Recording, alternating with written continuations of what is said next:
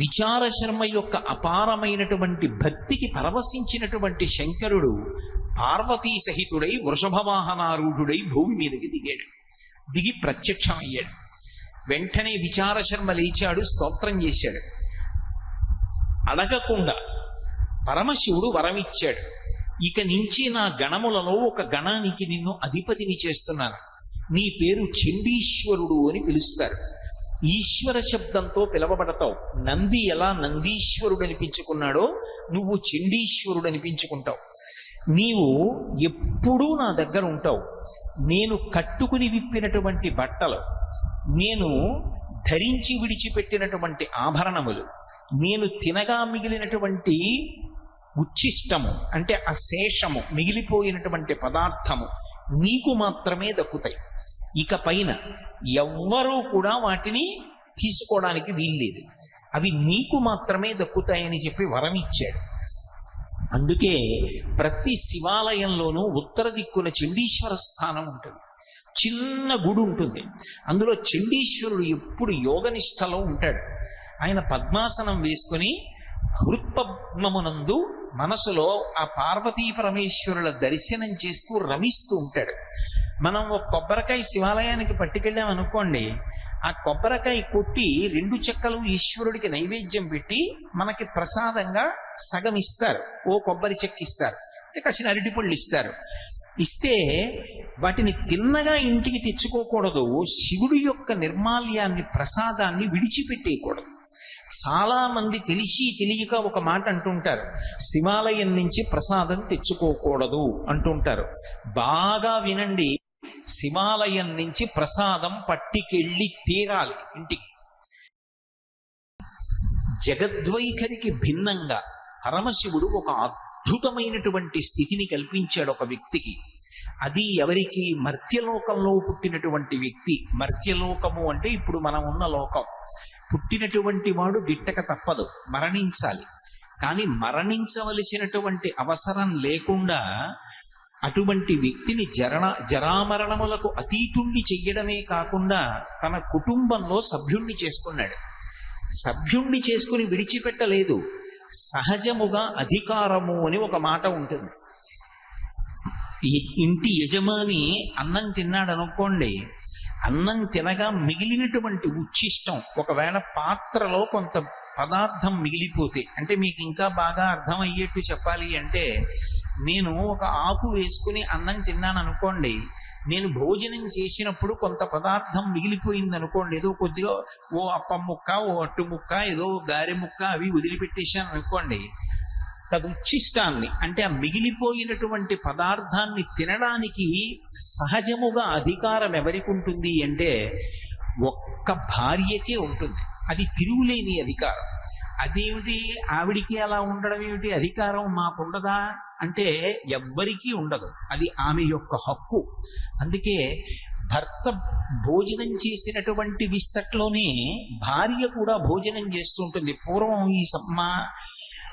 ఈ సంప్రదాయం ఉండేది. మా తరానికి ముందు తరం వరకు కూడా మా నాన్నగారు భోజనం చేసి చేయి కడుక్కోనికి ఉత్తరాపోసనం బట్టి లేచిపోతే ఆ విస్తట్లోనే మా అమ్మగారు భోజనం చేస్తుండేవారు. అలా ఉండేది సంప్రదాయం పూర్వం. కాబట్టి భర్త యొక్క ఉచ్ఛిష్టాన్ని అంటే ఆ పాత్రలో విస్తట్లో మిగిలిపోయినటువంటి ఎంగిలి తినేటటువంటి అధికారం ఎవరికి ఉంటుంది అంటే భార్యకు ఉంటుంది. కానీ శంకరుడు ఆశ్చర్యకరమైనటువంటి నిర్ణయం చేశాడు.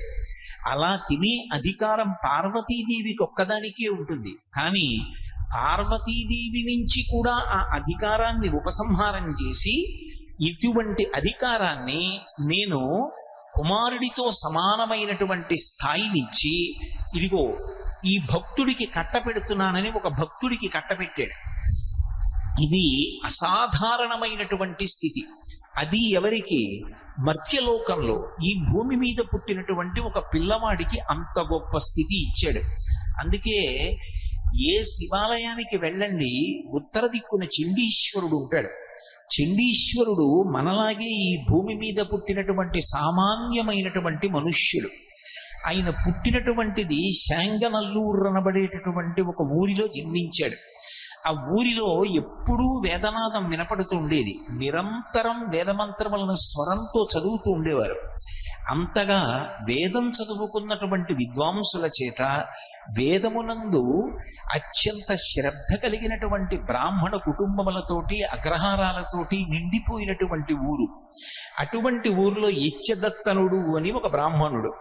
ఆయనకి వేదం మీద అపారమైనటువంటి నమ్మకం. ఆ యచ్చదత్తనుడు అనబడేటటువంటి ఆయనకి ఒక కుమారుడు జన్మించాడు. ఆ పిల్లవాడి పేరు విచార శర్మ. ఆ విచార శర్మ చిన్నతనంలోనే యుక్తమైనటువంటి వయస్సులో ఉపనయనం పొందాడు. తండ్రి ఉపనయనం చేసి వేద విద్యాభ్యాసం కోసమని గురువు గారి దగ్గరికి పంపించాడు. చక్కగా వేదం అంతా చదువుకున్నాడు. స్వరంతో మంత్రానికి ప్రాణప్రతిష్ఠ చేసి పలుకుతాడు.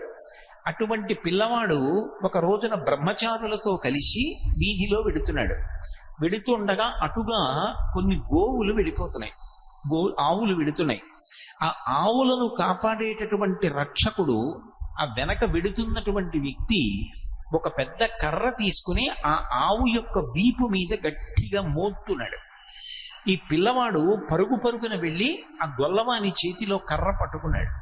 పట్టుకుని అన్నాడు, ఏమయ్యా గవా మంగీషు తిష్టంతి భువనాని చతుర్దశ అని సామెత. సామెత ఏమి లోకోక్తి లేదా ఆర్యోక్తి, పెద్దల చేత చెప్పబడింది. అసలు ఈ 14 లోకములు దేని ఎందుంటాయి అంటే ఆవు యొక్క శరీరంలో ఉంటాయి. అంత పూజనీయమైనటువంటి ప్రాణి ఆవు. అటువంటి ఆవుని పట్టుకుని కర్ర పెట్టి కొడుతున్నావే, దీని చేత విశేషమైనటువంటి పాపాన్ని సంతరించుకోవట్లేదా? ఎందుకు కొడతావు? ఆవుని విడిచిపెట్టు. నీకు అసలు ఆవుని పోషించడం రాదు. ఆవుని ఎంత పవిత్రంగా చూడాలో, ఆవుని ఎలా కాపాడాలో, ఆవుకి ఎలా మేత పెట్టాలో నీకు తెలియలేదు.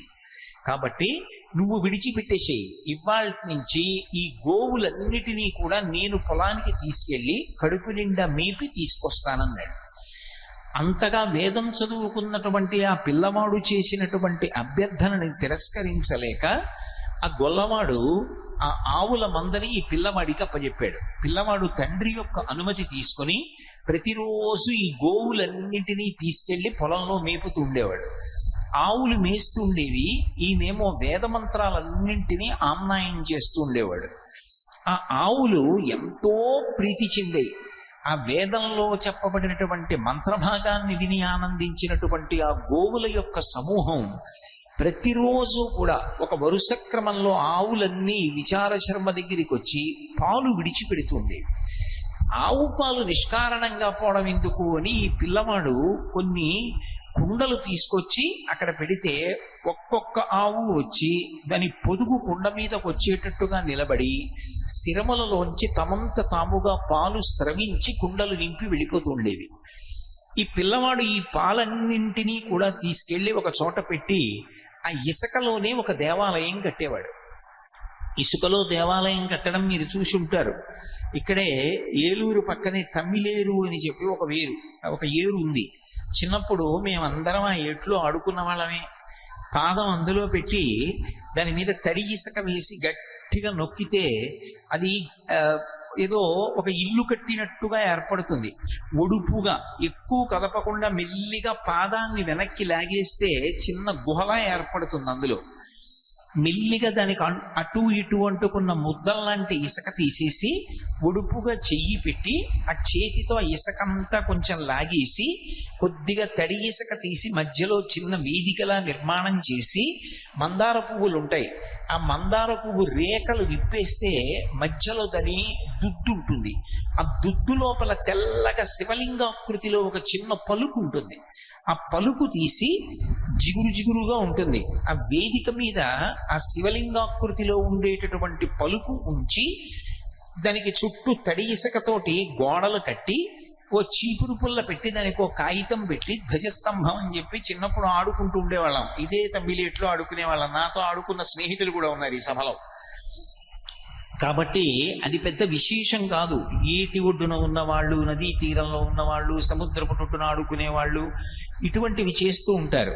విచార శర్మ ప్రతిరోజు అలా ఒక దేవాలయాన్ని నిర్మాణం చేసేవాడు. అక్కడ కుండలు పెడితే ఆవులు తీసుకొచ్చి పాలు విడిచిపెట్టేవి. సైకత లింగం చేసేవాడు. ఇసుకతో శివలింగాన్ని చేసి మైమరచిపోయి పరమానందంతో, నేను ఉపన్యాసం ప్రారంభించినప్పుడు శంకర భగవత్పాదుల యొక్క శ్లోకాన్ని ఉటంకించానే, ఆనందాశ్రుభిరాతనూతి పులకం నైర్మల్యతశ్చాదనం వాచా శంఖముఖస్థితైశ్చ జఠరాపూర్తిం చరిత్రామృతై రుద్రాక్షైర్భసితేన దేవ వపుషో రక్షాం భవద్భావనా పర్కింకీ విదివీస్య భక్తి జననీం భక్తార్భకం రక్షతి. పరమభక్తితో ఆ పాలు చేత్తో పట్టుకొని వేదమంత్రాలు చదువుతూ అక్కడ ఉన్నటువంటి సైకత లింగంలో పరమశివుణ్ణి దర్శనం చేస్తుండేవాడు. ఈ పాలు సన్నటి ధార పోస్తూ నమస్తే అస్తు భగవన్ విశ్వేశ్వరాయ మహాదేవాయ త్రయంబకాయ త్రిపురాంతకాయ త్రికాగ్నికాలాయ కాలాగ్నిరుద్రాయ నీలకంఠాయ మృత్యుంజయాయ సర్వేశ్వరాయ సదాశివాయ శ్రీమన్మహాదేవాయ నమః అంటూ పోస్తూ పరవశించిపోతుండేవాడు. ఈ స్వరంతో కూడుకున్న వేదమంత్రాలన్నీ వింటూ ఆవులన్నీ మేత మేస్తుండేవి. ఇలా కొంతకాలం అయిపోయింది. ఎవరో అసలు దానిలో ఉన్నటువంటి వైభవాన్ని తెలుసుకోలేని నా వంటి అమాయకుడు ఒకడో ఆ దారిన వెళ్ళిపోతున్నాడు. వెళ్ళిపోతూ చూశాడు, అయ్యయ్యో ఈ పిల్లవాడు ఆవుల పాలన్నీ పితికి తీసుకొచ్చి కుండల్లో పెడుతున్నాడు, వీటిని మట్టిలో పోసేస్తున్నాడు. ఇలా పాలు పితకకుండా ఉంటే తమంత తాముగా ఆవులు విడిచిపెట్టాయని ఆ అమాయకుడు అనుకోలేదు. ఈ పిల్లవాడు పితికి తెచ్చాడు అనుకున్నాడు. ఇలా ఈ ఆవుల పాలు పితికి తేకుండా ఉంటే ఈ పాలన్నీ కూడా యజమానులకు దక్కేవి. సాయంకాలం ఇంటికి వెళ్ళిన తర్వాత యజమానులు పాలు పితుక్కునేవారు. ఎంత నష్టం జరుగుతోంది పిల్లవాడి వల్ల అని వెళ్ళి యజమానులకు చెప్పాడు. ఆ ఆవుల యజమానులందరూ కలిసి విచార శర్మ యొక్క తండ్రి అయిన ఇచ్చతత్తనుణ్ణి నిలదీశారు.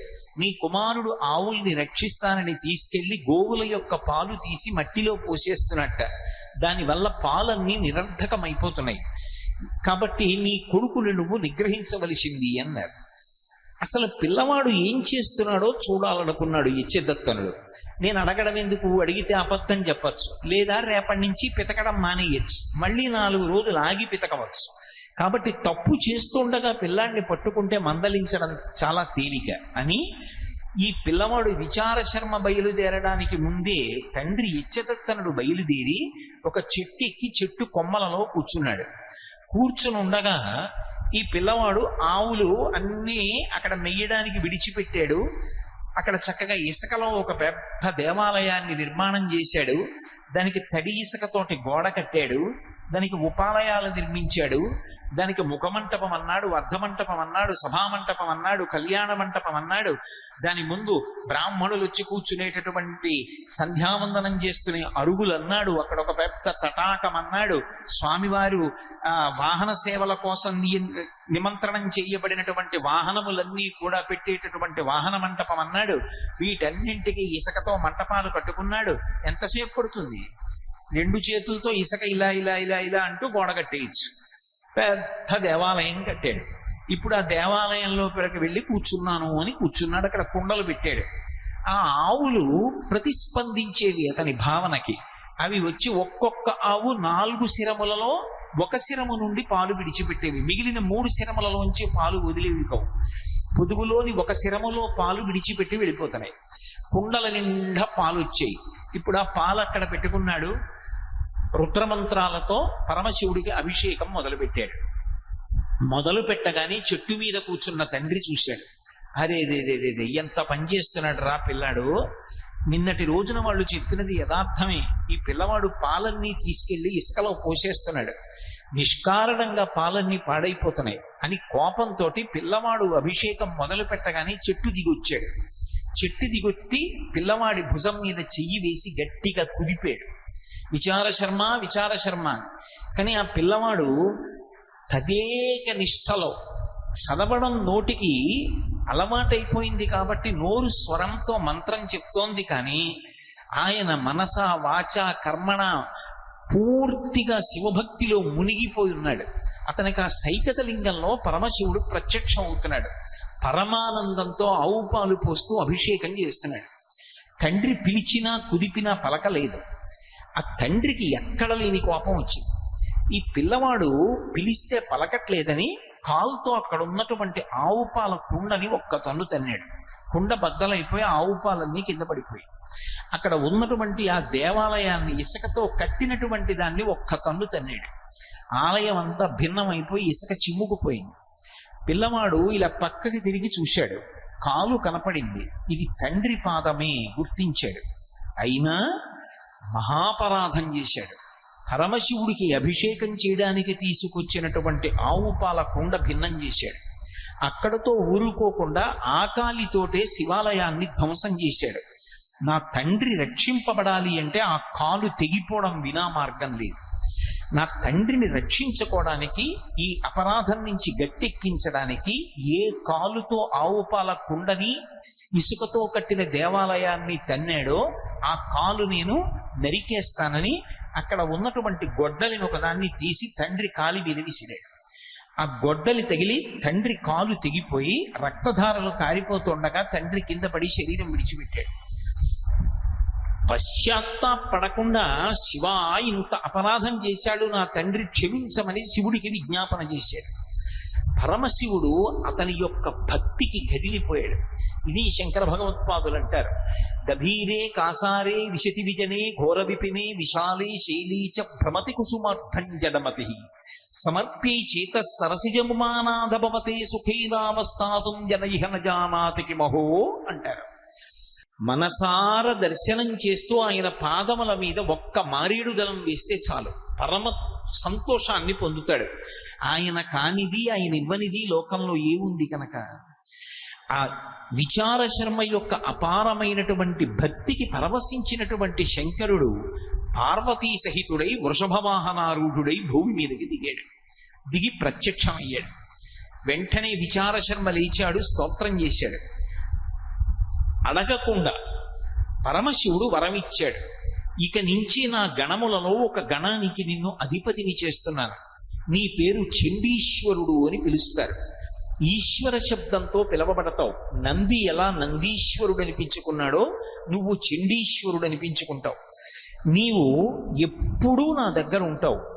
నేను కట్టుకుని విప్పినటువంటి బట్టలు, నేను ధరించి విడిచిపెట్టినటువంటి ఆభరణములు, నేను తినగా మిగిలినటువంటి ఉచ్ఛిష్టము అంటే అశేషము మిగిలిపోయినటువంటి పదార్థము నీకు మాత్రమే దక్కుతాయి. ఇక పైన ఎవ్వరూ కూడా వాటిని తీసుకోవడానికి వీల్లేదు, అవి నీకు మాత్రమే దక్కుతాయని చెప్పి వరం ఇచ్చాడు.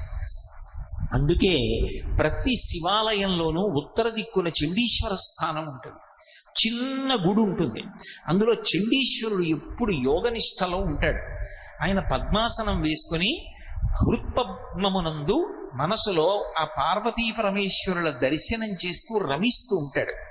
మనం ఒక కొబ్బరికాయ శివాలయానికి పట్టుకెళ్ళాం అనుకోండి, ఆ కొబ్బరికాయ కొట్టి 2 చెక్కలు ఈశ్వరుడికి నైవేద్యం పెట్టి మనకి ప్రసాదంగా సగం ఇస్తారు, ఓ కొబ్బరి చెక్క ఇస్తారు, కాసిన అరటిపళ్ళు ఇస్తారు.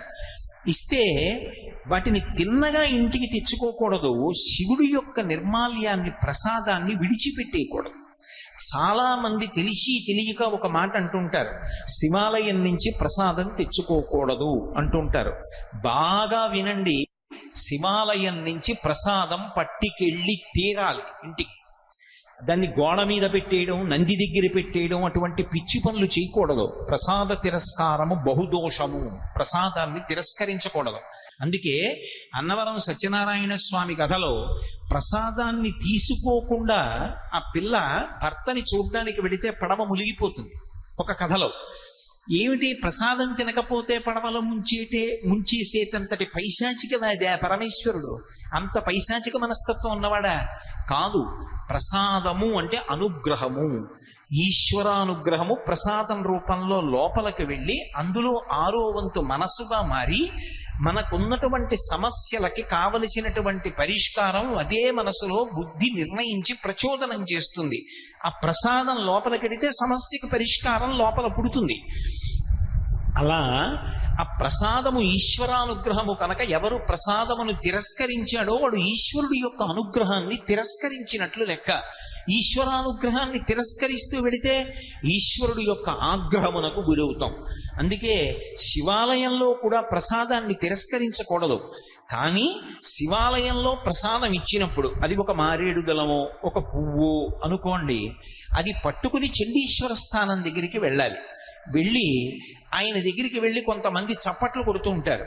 ఎందుకండి కొట్టారు అన్నారు అనుకోండి, ఆయనకి చెవుడండి అందుకని అలా కొడితే తప్ప ఆయన వినడంటారు. చాలా పొరపాటు. ఆయనకి చెవుడు మూగ అటువంటివి ఏం లేవు. ఆయన మహానుభావుడు, యోగనిష్టలో ఉంటాడు. ఎప్పుడు హృత్పద్మమునందు పార్వతీ పరమేశ్వరుల దర్శనం చేస్తూ కన్నులు మూసుకుని ఉంటాడు.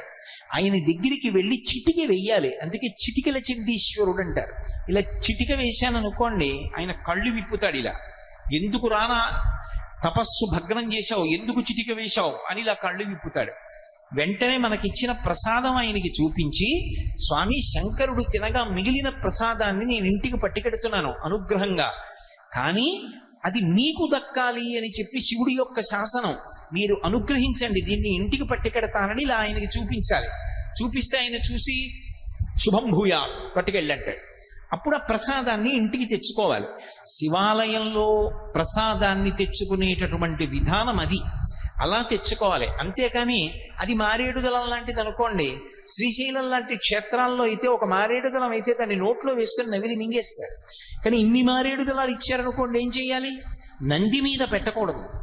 బాగా జ్ఞాపకం ఉంచుకోండి ఈ మాట. శివ నిర్మాల్యమునకు ఒక పెద్ద విశేషం ఉంది. శివ నిర్మాల్యము అంటే శివుడికి పూజించినటువంటి పదార్థం నేల మీద పడి ఉండగా తొక్కినా, దాన్ని దాటినా పూర్వజన్మలలో చేసుకున్న పుణ్యం, ఇప్పటి వరకు చేసుకున్నటువంటి పుణ్యం పోతాయి. అందుకే ఎవరు నందీశ్వరుడి మీద అలా పెట్టేస్తారో వాళ్ళ వల్ల పోతూ ఉంటుంది ఇతరులకు పుణ్యం. ఎందుకని వాడు నంది మీద పెట్టి వెళ్ళిపోతాడు. గాలి ఇసింది, ఆ మారేడు దళాలు కింద పడిపోయినటువంటి మారేడు దళాన్ని వెనక వెళ్ళిన వాడు తొక్కాడు. ఇప్పుడు ఆ పాపం ఎవరిది? ఇద్దరికీ వస్తుంది. కానీ ప్రధానంగా పాపం ఎవరిది? నందీశ్వరుడి మీద పెట్టిన వాడికి. నందీశ్వరుడి మీద పెట్టకూడదు. అతిభక్తి అన్న పేరుతోటి అఘాయిత్య పనులు చేయకూడదు.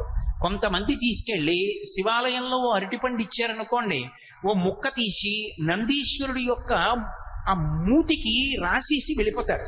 అక్కడి నుంచి ఇంతంత ఈగలు బయలుదేరి ఆయన నోటి చుట్టూ ముక్కుల్లోకి వెడుతుంటాయి. ఆయన నిరంతరము శివదర్శనం చేస్తుంటాడు. ఆయనకి అది ధ్యానభంగం కల్పిస్తుందా, కల్పించదా?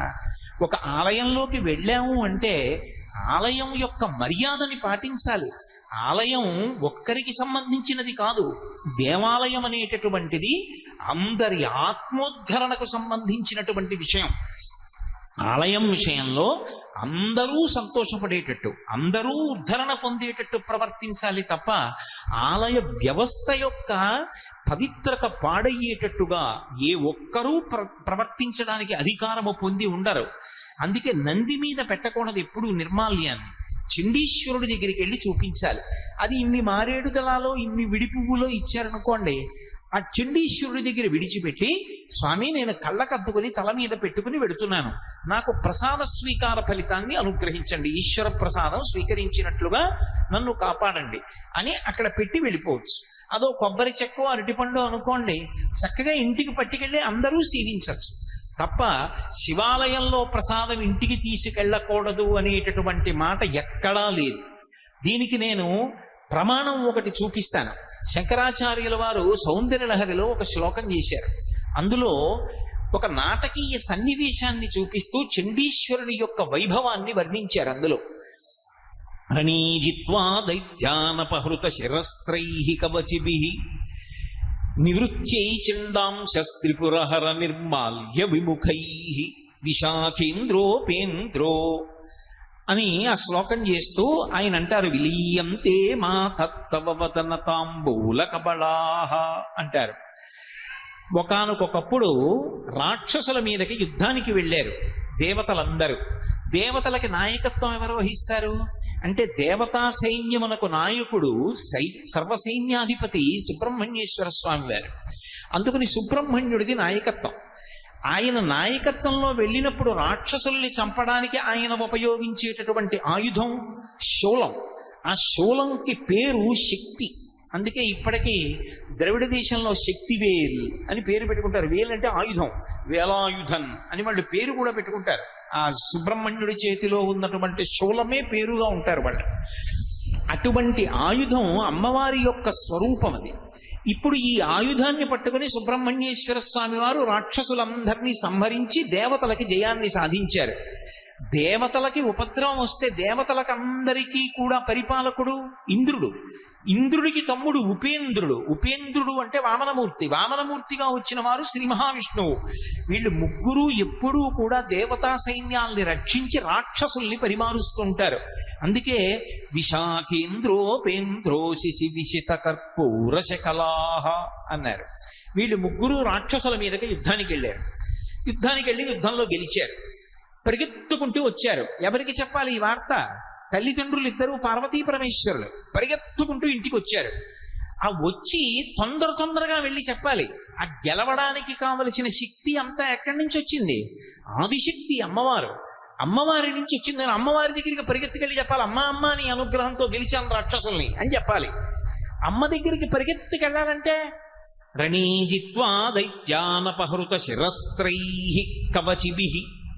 వాళ్ళు శిరస్త్రాణాలు పెట్టుకున్నారు. శిరస్త్రాణాలంటే మీకు తేలిగ్గా అర్థం అవ్వాలంటే హెల్మెట్లు అనుకోండి. యుద్ధంలో వాడేటటువంటి శిరస్త్రాణం, శిరస్సును రక్షించుకోవడానికి పెట్టుకుంటారు, లోహంతో తయారు చేసినవి. అవి తీసి పక్కన పెట్టేశారు. కానీ కవచం విప్పుకోవాలంటే చాలా సమయం పడుతుంది. ఎందుకంటే అది చాలా గట్టి లోహంతో చేస్తారు. అదేమి మామూలు బట్టతో చేసింది కాదు.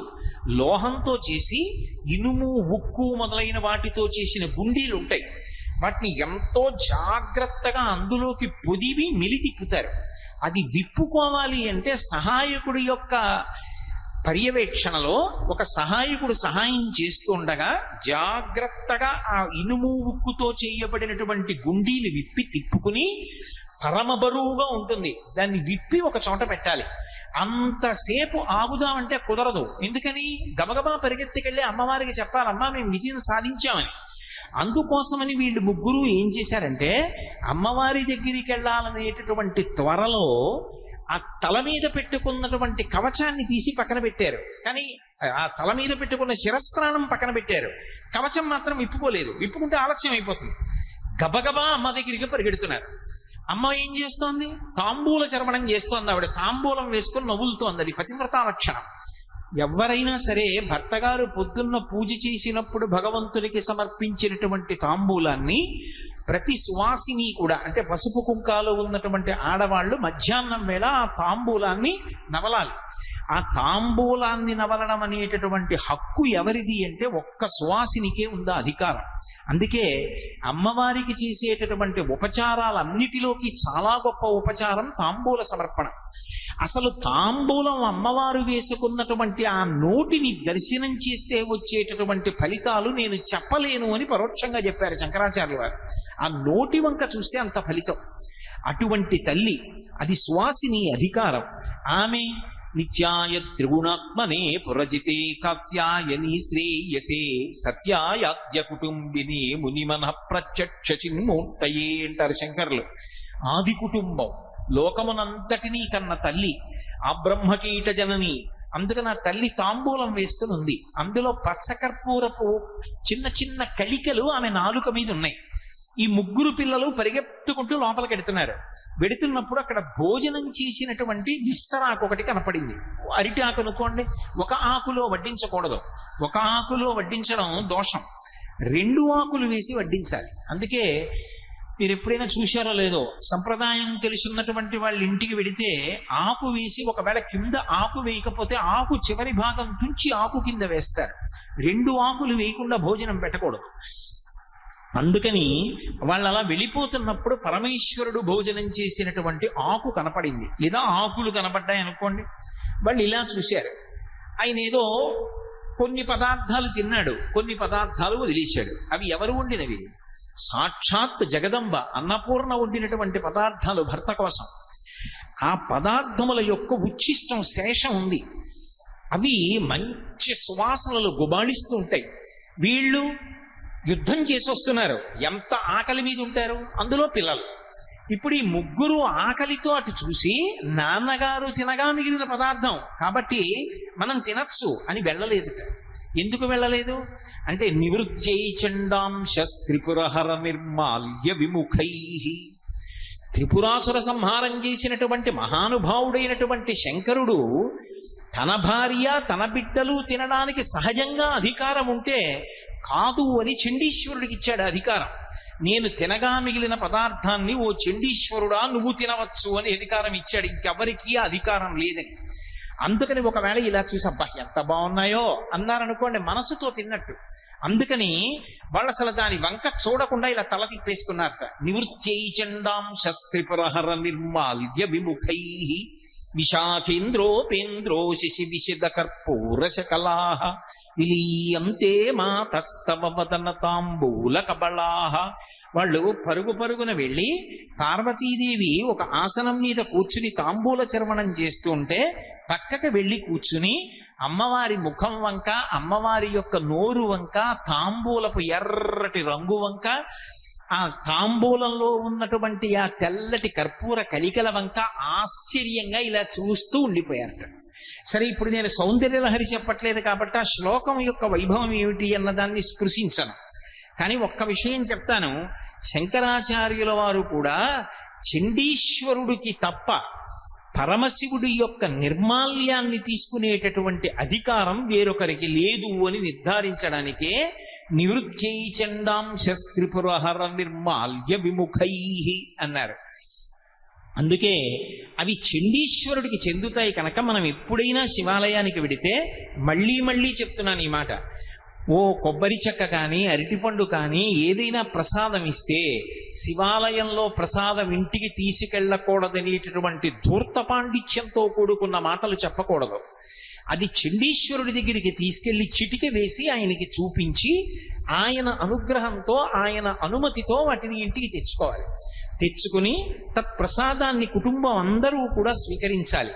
కాబట్టి చండీశ్వరుడికి అంత గొప్ప అధికారం ఇచ్చాడు. అందుకే ఎక్కడ శివాలయం ఉన్నా సరే శివాలయంలో ఉత్తర దిక్కున చండీశ్వరుడు ఉంటాడు. నిర్మాల్యం అంతా కూడా ఉత్తర దిక్కుకి విసర్జించాలి, ఎందుకంటే చండీశ్వరుడి వైపుకి వెళ్ళిపోవాలి. అందుకే మీరు ఎప్పుడైనా శివాలయానికి వెడితే పానవట్టం ఎటువైపుకుందో అదే ఉత్తర దిక్కు అని గుర్తు. మహానుభావుడు ధూర్జటి శ్రీకాళహస్తి మాహాత్మ్యం చేస్తూ ఒక మాట అంటాడు. ఉదయగ్రావము పానవట్టము అభిషేకో తత్ప్రవాహంబు వార్ధి ధరిధ్వాంతము ధూపధూమము జలదీప ప్రభారాశి కౌముది తారానిబహంబులద్భుత సుమంబులుగా తమోదూత సఖ్యతమై సీత గభస్తి బింబ శివలింగం ఒప్పె ప్రాచీదిశన్ అంటాడు. దేవతలు చేసినటువంటి అభిషేక జలాలన్నీ ఉత్తర దిక్కున సముద్రంగా పడిపోయాయి అంటాడు. శివ నిర్మాల్యం అంతా కూడా ఉత్తర దిక్కుగా విసర్జిస్తారు. పూజ మొదలు పెట్టగానే ఉత్తర దిక్కుగా నిర్మాల్యం తీస్తారు. కారణం ఏమిటంటే అది చండీశ్వరుడికి దక్కాలి అని. ఎవరైనా లోకంలో ఆ హక్కుని వేరొకరికి ఇచ్చేటటువంటి అధికారం లేదు. నేను భోజనం చేస్తే నేను భోజనం చేసినటువంటి పాత్రలో మిగిలినటువంటి పదార్థాన్ని నేను ఇవ్వకపోయినా సరే తినేటటువంటి అధికారం సహజంగా ఎవరిది అంటే నా ఇల్లాలి, నా భార్యది సహజమైన అధికారం. ఆమె నన్ను అడగక్కర్లేదు. నేను విడిచిపెట్టిన ఉచ్ఛిష్టాన్ని తాను తినచ్చు. కానీ ఒక్క శంకరుడు మాత్రం లోకములకన్నింటికీ అధినాయకుడైనప్పటికీ మాతాచ పార్వతీదేవి పితాదేవో మహేశ్వర అని లోకములకంతటికీ తండ్రి అయినప్పటికీ పార్వతీదేవికి సహజంగా ఉండవలసినటువంటి అధికారాన్ని కాదని తను తినగా మిగిలినటువంటి పదార్థాన్ని తినేటటువంటి అధికారాన్ని చండీశ్వరుడికి కట్టబెట్టి చండీశ్వరుణ్ణి తన కుటుంబంలో ఒక సభ్యుడిగా చేసుకున్నాడు. అంటే పరమశివుని యొక్క అనుగ్రహము, ఆయన ఔదార్యము ఎంత స్థాయిలో ఉంటుందో ఎవరు ఊహించలేరు. అందుకే శివుడికి ఒక నామం ఉంది, పటవే నమః అని. అంటే దానికి అర్థం ఏమిటంటే ఆయన ఏమి ఇవ్వగలడు అంటే ఆయన ఇది ఇవ్వగలడు అని చెప్పడం ఎవ్వరూ కూడా చెప్పలేనటువంటి స్థితి. ఆయన ఏదైనా ఇవ్వగలడు. ఒకానొకప్పుడు ఉపమన్యువుకి పాల సముద్రాన్ని సృష్టించి ఇచ్చాడు. మన్మధుణ్ణి 3వ కంటి మంటతో సంహారం చేశాడు. యమధర్మరాజు గారిని ఎడమకాలితో తన్ని పడగొట్టాడు. త్రిపురాసురుల్ని ఒక్క బాణంతో పడగొట్టాడు. గజాసురుణ్ణి త్రిశూలం మీద పెట్టి సంహారం చేశాడు. అనుగ్రహించి ఆ ఏనుగు యొక్క తోలు ఒలిచి కట్టుకున్నాడు. ఒకానొకప్పుడు వ్యాఘ్రాన్ని మునులు ప్రయోగిస్తే అవలీలగా ఎత్తి పైకెత్తి పట్టుకున్నాడు. ఆయన చెయ్యలేనటువంటి కృత్యములు లేవు. అతిమానుషిత అద్భుతమైనటువంటి చేష్టితములు. అందుకే శంకరుడి దగ్గరికి వెళ్ళి మనకేం కావాలి అన్నది అసలు మనం అడగక్కర్లేదు. ఒక్క నమస్కారం చేస్తే చాలు. శివుని శిరమున కాసిన్ని నీళ్లు చల్లి పత్తిరి సుమంత నెవ్వాడు పారవయిచు కామధేనువు వానింటి గాడి పశువు అల్ల సురశాఖ వానింటి మల్లె చెట్టు. ఇలా అభిషేకం చెయ్యక్కర్లేదుట. పట్టికెళ్ళి ఇలా నీళ్లు ఇలా చిమ్మాడు ఆయన మీద. ఓ మారేడు దళం పట్టుకెళ్ళి ఇలా విసిరి పారేశాడు. పరమ సంతోషపడిపోయి కామధేనువుని తీసుకొచ్చి వాడింట్లో ఆవుగా కట్టేసి కల్పవృక్షాన్ని తీసుకొచ్చి వాడింట్లో మల్లె చెట్టుగా పాతి పెడతాట. అంతటి అనుగ్రహ ప్రదాత, అంతటి దయాళు. కాబట్టే శంకరుడి పరివారంలోకి చేరడం కాదు, శంకరుడి యొక్క కుటుంబంలో సభ్యత్వాన్ని పొందగలిగాడు చండీశ్వరుడు. ఎవరు? మనలాగే పుట్టినటువంటి ఒక మర్త్యుడు, సామాన్యమైనటువంటి మానవుడు తదేక దృష్టితో పరమభక్తితో సైకతలింగానికి అభిషేకం చేసినటువంటి కారణం చేత, శివాపరాధాన్ని క్షమించలేనటువంటి కరడు కట్టిన భక్తితో నిలబడినటువంటి కారణం చేత శివానుగ్రహాన్ని పొంది అంత స్థానాన్ని పొందాడు. అంటే శివ పరివారం గురించి తెలుసుకోవడం ఎందుకు అంటే 2 కారణముల చేత తెలుసుకుంటారు. ఒకటి, మనం చేసేటటువంటి దోషములుంటే దిద్దుకోవడానికి. ఒక శివాలయానికి వెళ్ళినప్పుడు ప్రసాదాన్ని ఎలా తీసుకోవాలి అన్నది ఎలా తెలుస్తుంది? చండీశ్వరుడి గాథ తెలుసుకుంటే తెలుస్తుంది. 2, శంకరుడు ఎంత ఉదార హృదయుడు, శంకరుడు దేన్నైనా ఎంత అవలీలగా ఇచ్చేస్తాడు. ఇది ఇవ్వడమా ఇది ఇవ్వకపోవడమా అనేటటువంటి అరమరిక లేనివాడు అన్న సత్యం ఆయన యొక్క పరివారానికి సంబంధించినటువంటి విశేషాన్ని తెలుసుకున్నప్పుడు అర్థం అవుతుంది. అంతటి మహానుభావుడు. అందుకే ప్రతి శివాలయంలో కూడా ఉత్తర దిక్కున చండీశ్వరుడు ఉంటాడు. చక్కగా చండీశ్వరుడికి నమస్కరించి చిటిక వేసి ఆయనకి ప్రసాదాన్ని చూపించి ఇంటికి పట్టుకెళ్ళి దాన్ని కుటుంబం అంతా స్వీకరించి పరమశివుని యొక్క పరిపూర్ణమైనటువంటి అనుగ్రహానికి పాత్రులు కావాలి. అలాగే శంకరుడి దగ్గర ద్వారపాలకులు ఉంటారు, 2. వాళ్ళని నంది మహాకాళుడు అని పిలుస్తారు. నంది మహాకాళ. నంది అని నేను అన్నప్పుడు నిన్నటి రోజున మీతో నేను మనవి చేశానే నందీశ్వరుడు. ఆ నందీశ్వరుడు కాదు, పరమశివుని యొక్క ద్వారపాలకులైనటువంటి నంది మహాకాళులు ఇద్దరు వేరు. ఈ నంది మహాకాళులది కలిపి ఒక్కటే గాథ. ఆ నంది ఒకప్పుడు అవంతిపురంలో ఉండేవాడు. ఆయన జన్మతః వైశ్యుడు, కానీ అపారమైనటువంటి శివభక్తి తత్పరుడు. చాలా గొప్ప ద్రవ్యాన్ని ఆర్జించాడు. ఎంత ద్రవ్యాన్ని ఆర్జించాడో అంత శివభక్తి కలిగిన వాడు కనుక ఒక శివలింగాన్ని ఊరికి బాగా దూరంగా చివరికి వచ్చేటట్టుగా నిర్మాణం చేసి ఆ శివాలయంలో శివలింగాన్ని ప్రతిష్ఠ చేసి ప్రతిరోజు రుద్ర నమక చమకాలతో శివుడికి అభిషేకం చేసి చక్కగా పురుష సూక్తంతో స్త్రీ సూక్తంతో శివసహస్రనామంతో అర్చన చేసి మారేడు దళాలతోటి ఏ ఋతువులో దొరికేటటువంటి పువ్వులతోటి శివలింగాన్ని అర్చించి సరిపెట్టకుండా ఇంద్రనీలములు, గోమేధికములు, వజ్రములు, వైఢూర్యములు, మంచిముత్యములు, పగడములు ఇటువంటివన్నీ తీసుకొచ్చి విడివిడిగా శివలింగానికి నామాలతో అర్చన చేసి ఆ మణులలోంచి వచ్చేటటువంటి కాంతులలో ప్రకాశిస్తున్నటువంటి శివమూర్తిని చూసి ఆ లింగాన్ని చూసి ఆనందంతో పరవశాన్ని పొందుతుండేవాడు. అలా ప్రతిరోజు వచ్చి మధ్యాహ్నం వరకు పూజ చేసి మహానైవేద్యం పెట్టి వెళ్ళిపోతుండేవాడు. ఒక రోజున ఈ నంది అంటే మళ్ళీ చెప్తున్నాను మీకు, వైశ్యశ్రేష్ఠుడు. ఆయన నందీశ్వరుడు కాడు. ఆ వైశ్యుడు ఆ శివాలయానికి వచ్చి శతరుద్రీయ మంత్రముల చేత శివలింగానికి అభిషేకం చేసి మణులు మొదలైన వాటితో కూడా అర్చన పూర్తి చేసి మహానైవేద్యం పెట్టి భజన చేసి అర్చకుడితో కలిసి తనకి సహాయం చేసిన పురోహితుడితో కలిసి ఇంటికి వెళ్ళిపోవడానికి బయలుదేరుతున్నాడు. ఎక్కడి నుంచి వచ్చాడో ఇంతలో ఒక కిరాతుడు అక్కడికి వచ్చాడు. ఆయన వేటాడి జీవిస్తూ ఉంటాడు. ఆయన పేరు మహాకాళుడు. ఆయన అక్కడికి వచ్చాడు. వచ్చి శివాలయంలోకి వచ్చాడు. వస్తువుని శివలింగం వంక చూశాడు. అబ్బా, ఎంత అద్భుతమైన శివలింగం రా అనుకున్నాడు. అక్కడ మణులు కనపడ్డాయి, వజ్రములు కనపడ్డాయి, వైఢూర్యములు కనపడ్డాయి, మంచిముత్యములు, గోమీధికములు ఇవన్నీ కనపడ్డాయి. కానీ ఆశ్చర్యం ఏమంటే ఆయన మనస్సు వాటి వేటి మీద నిలబడలేదు. ఆ శివలింగం వంక తేరిపారి చూశాడు. ఏదో జన్మజన్మాంతరమైనటువంటి అనుబంధం ఒక్కసారి మనసులో నిద్ర లేచింది. శివ, నువ్వు నా తండ్రివి, నేను నీ బిడ్డని.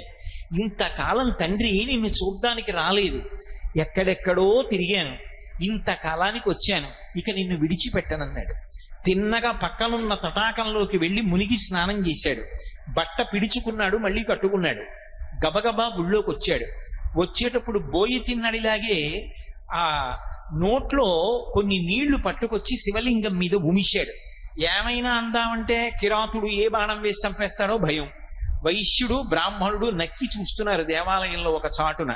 ఈ వచ్చినటువంటి మహాకాళుడు, ఈ కిరాతుడు ఆ శివలింగం మీద నీళ్లు ఉమిసి అభిషేకం చేశాడు.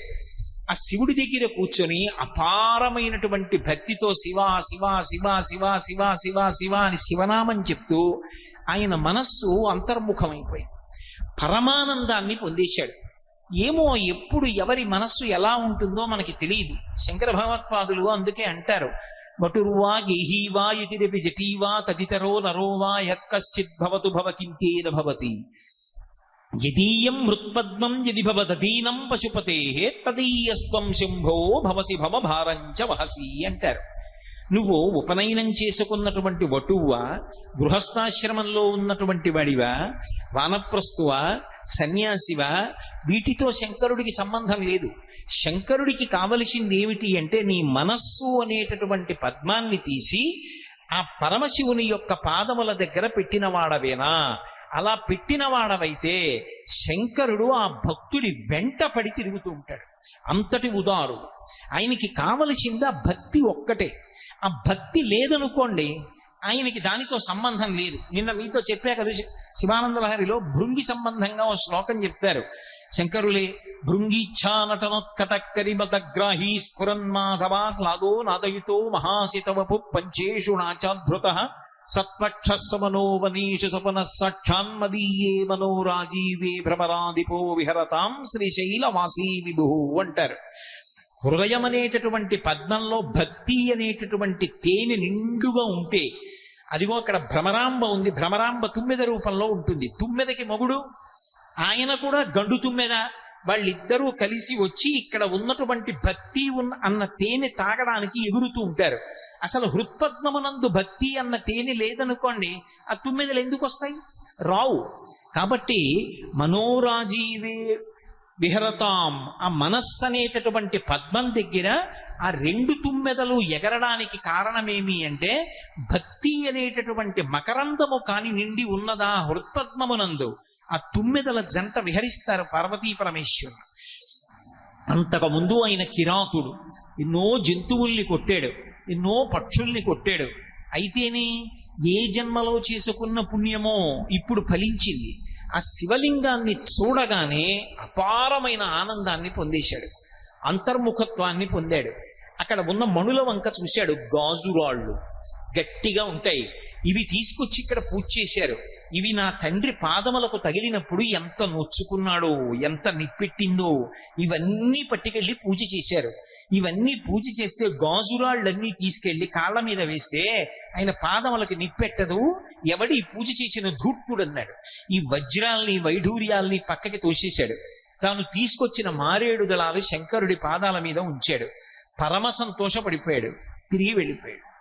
చూశాడు నంది, ఇదెక్కడి గొడవరా, ఎక్కడి నుంచో కొండ నుంచి దిగొచ్చాడు, చేసిన పూజంతా పక్కకి తోసేశాడు, మళ్ళీ ఇవన్నీ తీసుకొచ్చాడు, మారేడు దళాలు వేశాడు, ఎంగిలి నోట్లో నీళ్లు తీసుకొచ్చి శివలింగం మీద ఉమిశాడు.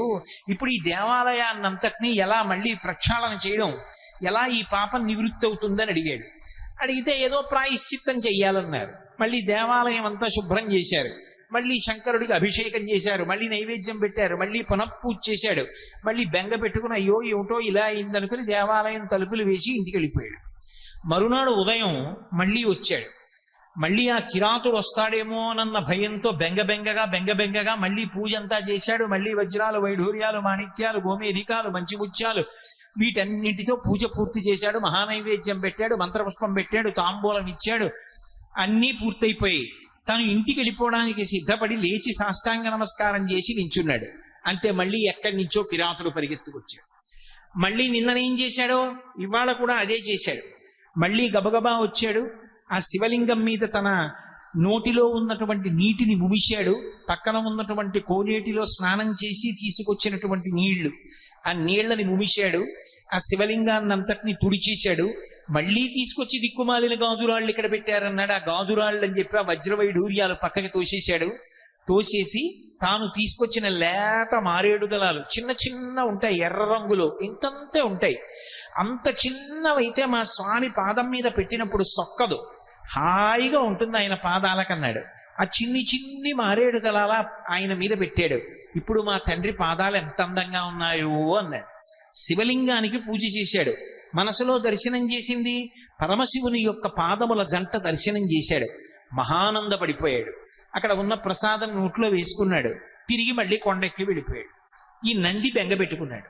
ఇలా రోజు నేను పూజ చెయ్యా, ఈ కిరాతుడు వస్తుండా, ఈ వచ్చినటువంటి కిరాతుడు నేను చేసినటువంటి పూజనంతటినీ పక్కకి తోసేయ్యా, మళ్ళీ ఆయన తీసుకొచ్చి ఎంగిలి నీళ్లు ఉముస్తూ ఉండడం, పైగానేమో ఆ గాజురాళ్ళని అన్నిటినీ తీసేయడం, ఇది సరి అయినటువంటి పద్ధతిగా లేదు. ఏం చేస్తే బాగుంటుంది చెప్పమని బ్రాహ్మణుల్ని అడిగాడు. వాళ్ళన్నారు, ఇక్కడ ఊరికి చివరగా శివాలయం ఉన్నటువంటి కారణం చేత కొండ మించి కిరాతుడు దిగి వస్తున్నాడు. కాబట్టి ఇక్కడ శివాలయం ఉంటే ఉపయోగం లేదు, ఇక్కడ శివలింగం ఉంటే ఉపయోగం లేదు. ఇతను ఇలాగే వస్తూ ఉంటాడు. పాపమో పుణ్యమో ఈ శివలింగాన్ని తవ్వేద్దాం, తవ్వేసి నీ ఇంటికి పట్టుకెళ్ళిపోయి నీ ఇంట్లో ప్రతిష్ఠ చేసుకుని అక్కడ పూజ చేద్దాం అన్నాడు. సరేనన్నాడు. మరునాడు తెల్లవారుజామునే చీకటి ఇంకా విడవక ముందే వచ్చాడు. తనతో పాటు కొంతమంది కార్మికుల్ని తీసుకొచ్చాడు. గుణపాలతో శివలింగాన్ని తవ్వేశారు, భుజాలకు ఎత్తుకున్నారు, ఇంటికి పట్టుకెళ్ళిపోయారు. వైశ్యుడిది గొప్ప భవనం. ఆ భవనంలో ఒక గది ఏర్పాటు చేశాడు. అందులో వేదిక మీద శంకరుణ్ణి పెట్టాడు. శివ, ఇంకా ఇవాళ నుంచి నీకు ఎంగిలి పూజల బాధ లేదు, ఇక నంది రాడు, ఈ మహాకాలుడు రాడు, హాయిగా నేను పూజ చేస్తాను, దాన్ని స్వీకరించన్నాడు. మధ్యాహ్నం వరకు పూజ చేశాడు. అమ్మయ్య, ఇక కిరాతుడు వచ్చే అవకాశం లేదనుకున్నాడు. సంతోషంగా మహానైవేద్యం పెట్టేశాడు. నీరాంజన మంత్ర పుష్పాలు అయిపోయి తలిపేసేశాడు, వెళ్ళిపోయాడు. అక్కడ మహాకాలుడు ఆ కిరాతుడు కొండమించి మధ్యాహ్నం దిగొచ్చాడు. తిన్నగా కోనేటికి వెళ్ళాడు. చక్కగా స్నానం చేసేశాడు. గండూషాంబు రిషీచనం పురరివోర్తివ్యాభిషేకాయతే అంటారు శివానంద లహరిలో. అలా నోటి నిండా పుక్కిటి నిండా నీళ్లు పట్టుకున్నాడు. శివలింగం మీద అభిషేకం చేద్దామని గుళ్ళోకి వచ్చాడు. వచ్చేటప్పటికి శివలింగానికి బదులు పెద్ద గొయ్యుంది. చూశాడు, ఆశ్చర్యపోయి హతాశుడైపోయి చేతిలో ఉన్న ధనస్సు పక్కన పారేసి ఆ మారేడు దళాలు నేల మీద పడేసి కుప్పకూలిపోయాడు. శివ, నేనేదో అపరాధం చేసి ఉంటాను, నువ్వు వెళ్ళిపోయావు. తండ్రి, నువ్వు లేని ప్రదేశం ఎక్కడుంది? నువ్వు లేని ప్రదేశం ఈ లోకంలో లేదు. నువ్విక్కడ లింగాకృతిలో కనపడకపోతే నేను లింగాకృతిని కల్పించుకోలేను అనుకున్నావా? నేను ఎక్కడికో వెళ్ళి శివలింగాన్ని తీసుకొచ్చి ప్రతిష్ఠ చెయ్యగలిగినంత శక్తివంతుణ్ణి కాను. నాలో ఉన్నటువంటి సప్తధాతువులతో నీకు శివలింగాన్ని నిర్మాణం చేస్తానన్నాడు. చాలా వేడిగా ఉంది కదూ, శరీరానికి చెమట పట్టడం సహజం, దాని గురించి అంత అల్లరిపడకండి. హరి ఓం. కాబట్టి ఇక్కడ శివలింగం లేకపోతే నేనేమి బెంగ పెట్టుకోను, ఈశ్వర, నేనే శివలింగాన్ని తయారు చేసుకుంటాను. ఎక్కడి నుంచో లింగాన్ని తీసుకొచ్చి ప్రతిష్ఠ చేయడం నా వల్ల జరిగే పని కాదన్నాడు. అని ఆ గోతి వంక చూశాడు. ఎలా, దేనితో కప్పాలి? శివ, నీ లింగాన్ని అనేక పదార్థములతో చేస్తారు. బంగారంతో చేస్తారు, వెండితో చేస్తారు, రాగితో చేస్తారు, సీసంతో చేస్తారు, పాదరసంతో చేస్తారు, మృత్తికతో చేస్తారు, మణులతో చేస్తారు. ఇన్నిటికీ ప్రత్యామ్నాయంగా నా శరీరంలో ఉన్నటువంటి అవయవాలు నేను ఎన్ని కొయ్యగలనో అన్ని కోసి వేసేస్తాను, లింగం అయిపోవాలన్నాడు. అని కత్తి తీసి తన కడుపు కోసేసుకున్నాడు. ఆ పైన ఉన్నటువంటి చర్మాన్ని, మాంసాన్ని, కొన్ని ప్రేగులు ముక్కల కింద కోశాడు. కోసి అందులో పడేశాడు. స్పృహ తప్పిపోయాడు. ఇక ఓపిక చాలలేదు, బాధ తాళలేక కింద పడిపోయాడు. కాసేపటికి స్పృహ వచ్చింది, నెత్తురు కారిపోతుండగా చూశాడు. శివ, చాలు, నాకు ఇప్పుడు నాకు లింగం కనపడుతోంది. ఈ లింగం మామూలు లింగం కాదు, నా సప్తధాతువులతో నిర్మించుకున్న లింగం అని శంకరుడి యొక్క 2 పాదాలు తన చేతులతో పట్టుకున్నట్టుగా భావన చేశాడు. శివానంద లహరిలో శంకర భగవత్పాదులు అంటారు, కదా వా త్వాం దృష్ట్వా గిరిశతవ భవ్యాంఘ్రియుగళం గృహీత్వా హస్తాభ్యాం శిరసి నయనే వక్షసి వహన్ అని ఆయన ఆ అలభ్యాం బ్రహ్మాద్యై ముదమనుభవిష్యామి హృదయే అంటారు. కదా వా తాం దృష్ట్వా గిరిశతవ భవ్యాంఘ్రియుగళం. నేను కూర్చున్నట్లుగా పరమశివుడు కూర్చున్నాడు అనుకోండి, వచ్చి ఎవరో భక్తుడు ఇలా కూర్చుని శంకరా మీ పాదాలు నా చేతుల్లో పెట్టండి అన్నాడు అనుకోండి, ఇలా 2 పాదాలు ఎత్తి ఆయన చేతుల్లో పెట్టాను అనుకోండి, ఆయన ఊరుకుంటాడా? ఆ 2 చేతులతో పట్టుకున్న పాదాల వంక చూసి వంగిపోయి ఆ పాదాల మీద ఇలా తల పెడతాడు. పెట్టి ఊరుకుంటాడా? దగ్గరికి జరిగి స్వామి మీ కాళ్ళు పైకెత్తి నా తల మీద పెట్టరా అంటాడు. శిరసి తల మీద పెట్టుకుంటాడు.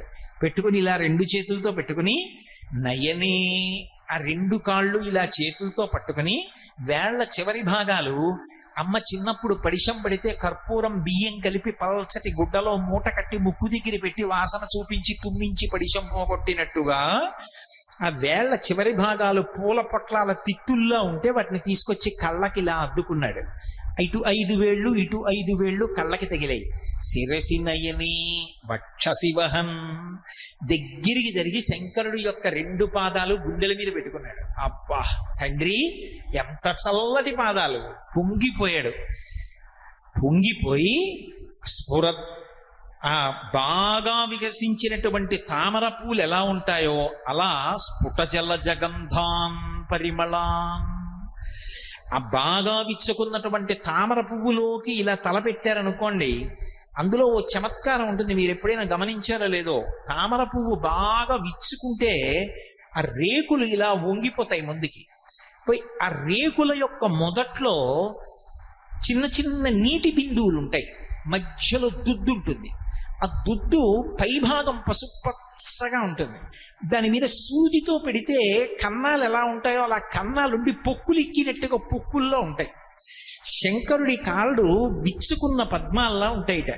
వాటి మీద ఇలా పెడితే స్ఫుట జల జగంధాన్ పరిమళాన్, పద్మంలో ముఖం పెడితే ఎలా సువాసన వచ్చి తడి తగులుతుందో అలా శంకర వశిష్ఠాది మహర్షులు మీ పాదములను నీళ్లతో కడిగారు.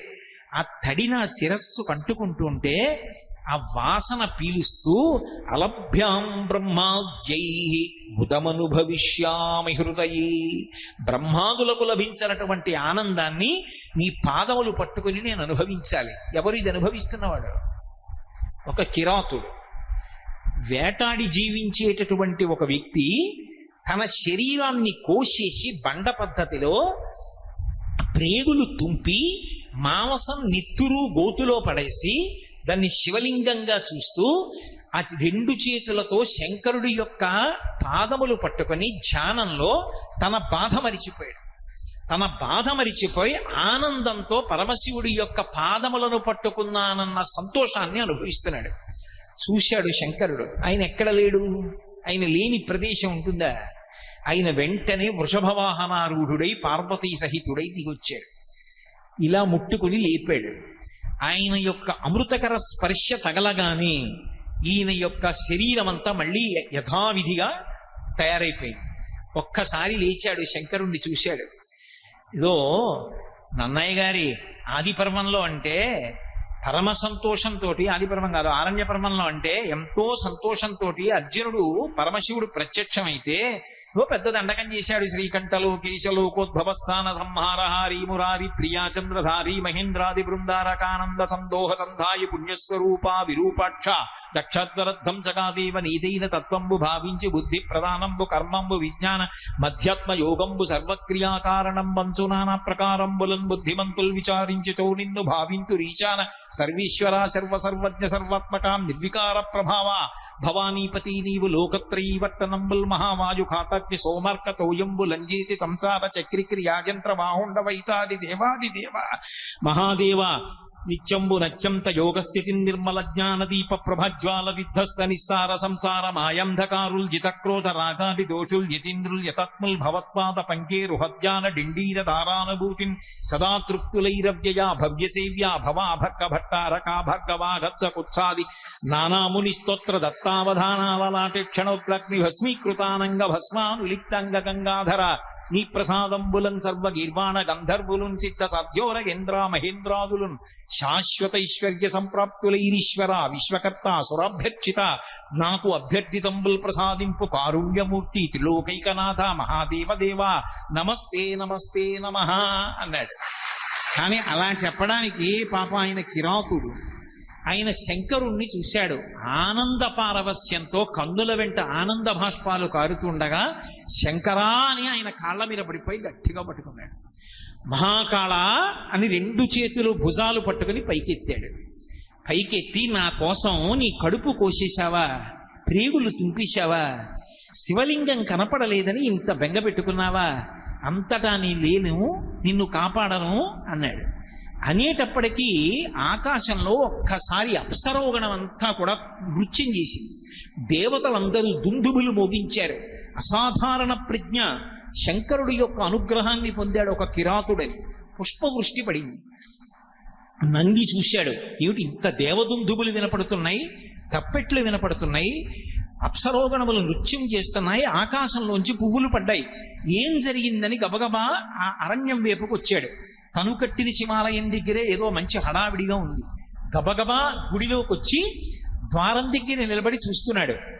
పార్వతీ సహితుడైన పరమశివుడు నిలబడి ఏదో దూరంగా నిలబడి మాట్లాడడం కాదు, కిరాతుడి 2 భుజాలు పట్టుకుని ఎంతో సంతోషంగా మాట్లాడుతున్నాడు. ఆ నంది ఆశ్చర్యపోయాడు. ఒక ఆలయం కట్టాను, ఇంత పూజ చేశాను, ఎన్నడూ నాకు సాక్షాత్కారం కలగలేదే, ఈ మహాకాలుడు సాక్షాత్కారం పొందాడు, ఏం అదృష్టం అని. ఇంతలో ఈ మహాకాలుడు తల తిప్పిలా చూశాడు. ఆ వైశ్యుడు కనపడ్డాడు. నంది రా రా అన్నాడు. ఆ నంది భయపడుతూ దగ్గరికి వచ్చారు. శంకరా, నంది నీకు తెలియదా, వైశ్యుడు నీ గుడి కట్టాడు, నీకెంత పూజ చేశాడో అన్నాడు.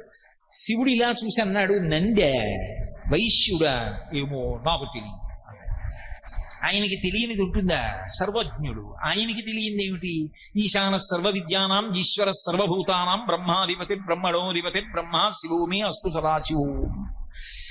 అంతటి మహానుభావుడు నాకు వీడెవరో తెలియదు పొమ్మన్నాడు. అంటే ఆయనకి మహాకాలుడు వెంటనే అన్నాడు, మహానుభావా నీకు తెలియకపోతే నేను చెప్తా ఎవరో. నా మిత్రుడు గుడి కట్టాడు, ఈయన పూజ చేశాక నేను వచ్చి పూజ చేసేవాడిని 2 రోజుల నుంచి నేను మొదలెట్టా. 3వ రోజున అదృష్టం నువ్వు కనపడ్డావు. నా మిత్రుడు అన్నాడు. ఇంతకు ముందు తెలియదు కానీ నువ్వు మిత్రుడు అన్నావు కాబట్టి ఇప్పుడు ఇతన్ని కూడా అనుగ్రహిస్తున్నానన్నాడు. ఇప్పుడు చెప్పండి, శివుడికి ఏం కావాలి? అంటే నా ఉద్దేశ్యం పూజలు చెయ్యొద్దనో, పత్రి వెయ్యొద్దనో, దేవాలయాలకు వెళ్ళొద్దనో, అభిషేకం చెయ్యొద్దనో నేను ప్రతిపాదిస్తున్నాను అనుకుంటే పొరపాటు. నేను అలా చెప్పట్లేదు. కానీ నేను చెప్పేది ఏంటంటే, మీరు ఏం చేశారు అన్నదానికన్నా మనసెంత ఉంచారు అంటే మీకు అని చెప్పడం పొరపాటు. ఎందుకంటే మీరు మహాభక్తులు. మీరు అన్నప్పుడు నాకు నేను చెప్పుకుంటున్నాను అని మీరు అర్థం చేసుకోవాలి. మీరు నా దగ్గర వినవలసిన వారు కాదు, మీకేం భక్తి తక్కువ ఉన్నవారు కాదు. లేకపోతే ప్రాంగణం ఇలా ఉడికిపోతున్నా సరే ఇలా ఒకరికొకరు ఇంత దగ్గరగా కూర్చుని మురిసిపోయి వింటున్నారంటే భక్తి లేకపోతే మీరు ఎందుకు కూర్చుంటారు? ఆ భక్తి, ఆ పారవశ్యం లేని వాళ్ళు ఈ వాతావరణంలో ఇలా కూర్చోగలరా? కూర్చున్నారంటే భక్తి ఉండబట్టే. కానీ ఆ భక్తి ఎక్కడ ఉన్నదో మనసు పెట్టి ఒక్కసారి పిలిస్తే చాలు పలుకుతాడు. అది శంకరుడి యొక్క తత్వం, అది శివతత్వం. అందుకే నీ స్నేహితుడు అంటున్నావు, అందుకే నీతో సమానంగా ఈ నందిని కూడా ఆదరిస్తానన్నాడు. అని మీ ఇద్దరికీ కూడా నా ద్వారపాలక పదవి ఇస్తున్నాను. నేను లోపలికి వెళ్ళినా బయటికి వచ్చినా మీకు నన్ను ఎప్పుడు చూడాలనిపించినా ఇలా లోపలికి చూస్తేనే కనపడుతుంటా. నేను కనపడలేదని కదూ, గొయ్యి తవ్వేసి ఉంది, శివలింగం కనపడలేదని కదా ఇంత ఉద్ధతికి పాల్పడ్డావు. ఇక నుంచి నీకు ఆ బెంగ లేదు, నువ్వే ద్వారపాలకుడివి. ఎవరైనా ఒకవేళ నన్ను చూడాలనుకుంటే నీ దగ్గరికి వచ్చి నువ్వు అనుమతిస్తే చూస్తారు, తలుపు తీస్తే. కానీ నువ్వు చూడటానికి ఇలా వెనక్కి తిరిగి లోపలికి చూస్తేనే కనపడతా. నేను బయటికి వెళ్ళాలంటే నా గాలి నీ నుంచి తగులుతూ బయటికి ఎడతా. నేను మళ్ళీ లోపలికి వస్తుంటే మళ్ళీ నీ ముందు నుంచి నేను లోపలికి ఎడతా. వెడుతున్నప్పుడు వస్తున్నప్పుడు ఓసారి ఇలా చూసి అంటుంటా, చాలా ఓయ్ మహాకాళ అంటుంటాను, నీకు ఆనందమా? స్వామి ఇంకింతకన్నా ఏం కావాలి, నా జన్మ పండిపోయిందన్నాడు. నంది మహాకాళ మీ ఇద్దరికి ద్వారపాలకులుగా పదవులు ఇస్తున్నానన్నాడు. అనగానే నంది 2 వేళ్ళెత్తి అరిచాడు, సదాశివుడు మహాదేవుడు అన్నాడు. అందుకే ఇప్పటికీ ద్వారపాలకుల్లో మహాకాలుడు 2 వేళ్ళెత్తి అరుస్తాడు. వెంటనే నంది 1 వేలెత్తి అరిచాడు, అవును సదాశివుడు మహాదేవుడు అన్నాడు. అందుకని ఆయన 1 వేలెత్తాడు, ఈయన 2 వేళ్ళెత్తాడు. తనని నమ్ముకున్నటువంటి ఒక కిరాతుణ్ణి జరణ మరణాతీత స్థితిని కల్పించి తన ద్వారపాలకుడి పదవి కట్టబెట్టాడు. ఇంతకన్నా శివానుగ్రహం అంటే ఏముంటుంది? పరివారము అన్న మాటకు అర్థం ద్వారపాలకుడి కన్నా గొప్పవాడు ఎవరు? వీళ్ళందరూ ఆలయాల్లో అంతర్హితంగా ఉంటారు. అందుకే ఆలయానికి వెళ్ళి చెయ్యకూడని పనులు కొన్ని ఉంటాయి. ఆలయాలకు వెళ్ళి అపచారం చేయకూడదు. ఉపచారం మాట దేవుడెరుగు. దేవాలయానికి వెళ్ళి లౌకిక ప్రసంగాలు చేయడం, దేవాలయాలకు వెళ్ళి సెల్ ఫోన్లు మాట్లాడడం, దేవాలయాలకు వెళ్ళి స్తంభాలకి గోడలకి ఆనుకుని కూర్చోవడం, దేవాలయంలో ఎక్కడ పడితే అక్కడ నిష్కారణంగా కాలుతో గట్టిగా చప్పుడు వచ్చేటట్టుగా తాటించడం, ఇటువంటి పనులు చేయకూడదు. దేవాలయం అనేటటువంటిది ఒక్కరికి సంబంధించిన విషయము కాదు. బాగా జ్ఞాపకం పెట్టుకోండి. అది మనిషిని మనిషిగా బ్రతకడానికి, మనిషి ఆత్మస్థితిని తెలుసుకోవడానికి యోగ్యమైన మహోన్నతమైన కేంద్రం. అటువంటి దాన్ని పాడు చేసేటటువంటి అధికారము లోకమునందు ఎవ్వరికీ లేదు. ఎవరైనా సరే దేవాలయ వ్యవస్థని రక్షించడానికే ప్రయత్నించాలి తప్ప దేవాలయ వ్యవస్థని పాడు చేసేటటువంటి ప్రయత్నం చేయకూడదు. అందుకే ఆ నంది మహాకాళ వీళ్ళిద్దరినీ ద్వారపాలకులుగా అనుగ్రహించాడు. నా తండ్రి శంకరుడే ఇంత కారుణ్యమూర్తి అయితే ఇక మా అమ్మ కారుణ్యం ఎలా ఉంటుంది? అసలు ఇంకా శంకరాచార్యులు వారైతే అమ్మవారి విషయంలో చమత్కారం చేశారు. అసలు ఆవిడికి బెంగ పెట్టుకోవడానికి అన్న విషయం ఏముంది లోకంలో? ఏమిటోనండి, ఈ ఒక్కటే నాకు చింత అనడానికి ఏమైనా ఉందా ఆవిడికి? ఆవిడికి ఏమీ లేవు. పెద్ద కొడుకు విఘ్నేశ్వరుడు మహానుభావుడు, లోకమంతటి చేత నమస్కరింపబడతాడు. ఆదో ఉద్యోగ నాధిప. రెండోవాడు గుహుడు మహాజ్ఞాని సుబ్రహ్మణ్యుడు. భర్త లోకంలో అందరూ మన్మథ బాణాలు మీద పడితే కామప్రచోదనమైతే ధర్మం నుంచి కామం విడిపోతే దోషం వస్తుందేమో అని ధర్మపత్నిని స్వీకరించి కామాన్ని ధర్మబద్ధం చేసుకుని తన భార్య యందు కామం ఉంచి తత్ఫలితంగా ధర్మబద్ధమైన సంతానమును పొంది సంతానమును గయాశ్రాద్ధమును పొంది ఉన్నత స్థితులను పొందుతారు. శంకరుడు కామాన్ని కాల్చేసిన వాడు, ఆయనకి అసలు కామంతో పని లేదు. అటువంటి పురుషుడు లోకంలో ఎక్కడున్నాడు? అటువంటి మహానుభావుడు భర్త. ఇక ఆవిడ సాక్షాత్ ఆదిపరాశక్తి. ఆవిడికి విచారించడానికి అయ్యో నాకు ఇది లేదనడానికి అసలు ఆవిడికి ఏముంది? ఆవిడికి ఏం లేదు. అయినా ఆవిడ ఇలా పెట్టి ఉంటుందిట. ఇలా ఉంటుందన్నారు శంకరాచార్యుల వారు. ఇలా చెక్కిట చెయ్యి పెట్టి ఇలా కనుబొమలు ముడివేసి ఉంటుందిట. ఇలా ఉంటే అలా ఉందనుకోండి ఆగ్రహంగా ఉన్నట్టు, కొద్దిగా కళ్ళు మూసి ఇలా ఉంటే ఏదో ఆలోచన చేస్తున్నట్టు. దేని గురించి ఆలోచించాలమ్మా నువ్వు? నీకేమైనా సమస్య ఉందా? ఏమీ లేదుగా. మరి ఎందుకు ఇలా కనుబొమ్మలు ముడేస్తావు? చిక్కిట చెయ్యెందుకు పెడతావు? ఇలా ఏమిటి ఆలోచిస్తుంటావు అన్నారు శంకరాచార్యుల వారు. అని అమ్మా నాకు అర్థమైందన్నారు అని సౌందర్యలహరిలో చెప్పారు. భ్రువౌ భుగ్ని కించిత్ భువన భయ భంగ వ్యసని. అయ్యో ఈ లోకంలో వీళ్ళందరూ గత జన్మలలో చేసుకున్నటువంటి కర్మల వలన ఏవో భయాలు పొందుతూనే ఉంటారు. వీళ్ళ భయాలన్నీ పోగొట్టడానికి ఆదిపరాశక్తిని నేను ఉన్నానుగా అమ్మని. అమ్మా అనొక్క మాట అంటే చాలు. నఖైర్నాక స్త్రీణాం కరకమల సంకోచ శశిభిః తరూణాం దివ్యాణాం హసతయవతే చండి చరణౌ ఫలాని స్వస్యేభ్యః కిసలయ కరాగ్రేణ దదత దరిద్రేభ్యో భద్రాం శ్రియమనిశమహ్నాయ దదతౌ. అమ్మా అంటే చాలు ఉన్నాన్రా బిడ్డ అని పలకడానికి సిద్ధంగా ఉంటుంది. అమ్మా అని పిలవకపోతేనే నువ్వు రక్షించచ్చుగా అంటారేమో. మరి మనుష్యుడికి బుద్ధి ఇచ్చిందిగా, కనీసం అమ్మా అంటే చాలుగా రక్షించడానికి. అరే వీడు అమ్మా అనడే, వీడు ఒక్కసారి అమ్మా అని త్రికరణ శుద్ధిగా అంటే నేనున్నానుగా రక్షించడానికి అని వీడు అమ్మా అని పిలవకుండా ఊళ్ళో అందరి చుట్టూ తిరుగుతూ ఉంటాడు రా అని ఇలా కనుబొమ్మలు ముడివేసి మన కోసం ఆలోచిస్తూ ఉంటుందట. ఆవిడ కోసం ఆలోచించుకోవడానికి ఆవిడకేం సమస్యలు లేవు.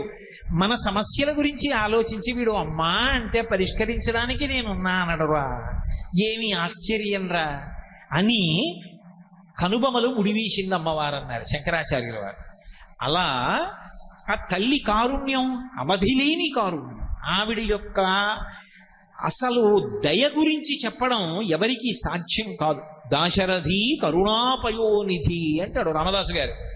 ఓ రామచంద్ర ప్రభు, నీ యొక్క దయ గురించి చెప్పడం ఎవరికీ సాధ్యం కాదు. సముద్రం ఎంత లోతో నీ కరుణ అంత లోతంటాడు. అమ్మవారి దయ కూడా అంతే. అందుకే ఆవిడ కూడా ఒకరికి ద్వారపాలక పదవి ఇచ్చింది. గౌరవర్ణము అని ఒక పేరు. అది ఎందుకు వచ్చింది అంటే, సాధారణంగా మనుష్యులు ఇష్టపడేటటువంటి రంగు. మనుష్యుల యొక్క మనసు రమిస్తుంది తెలుపు అని. అంటే నేను ఏదో నల్లగా ఉన్న వాళ్ళని ఎవరినో కించపరుస్తున్నానని మీరు అనుకోకూడదు.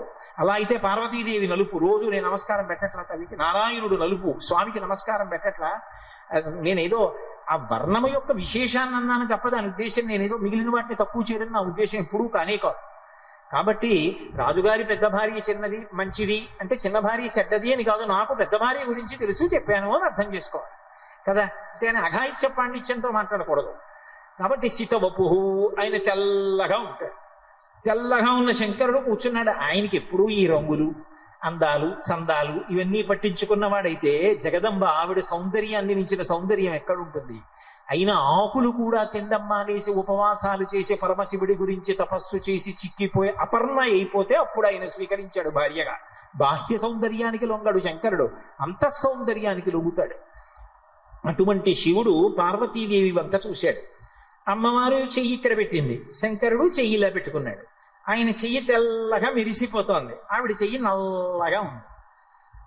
ఆవిడ అన్నగారు నారాయణమూర్తి, ఆవిడ ఆయన చెల్లెలు నారాయణ నారాయణి, అన్నా చెల్లెలు.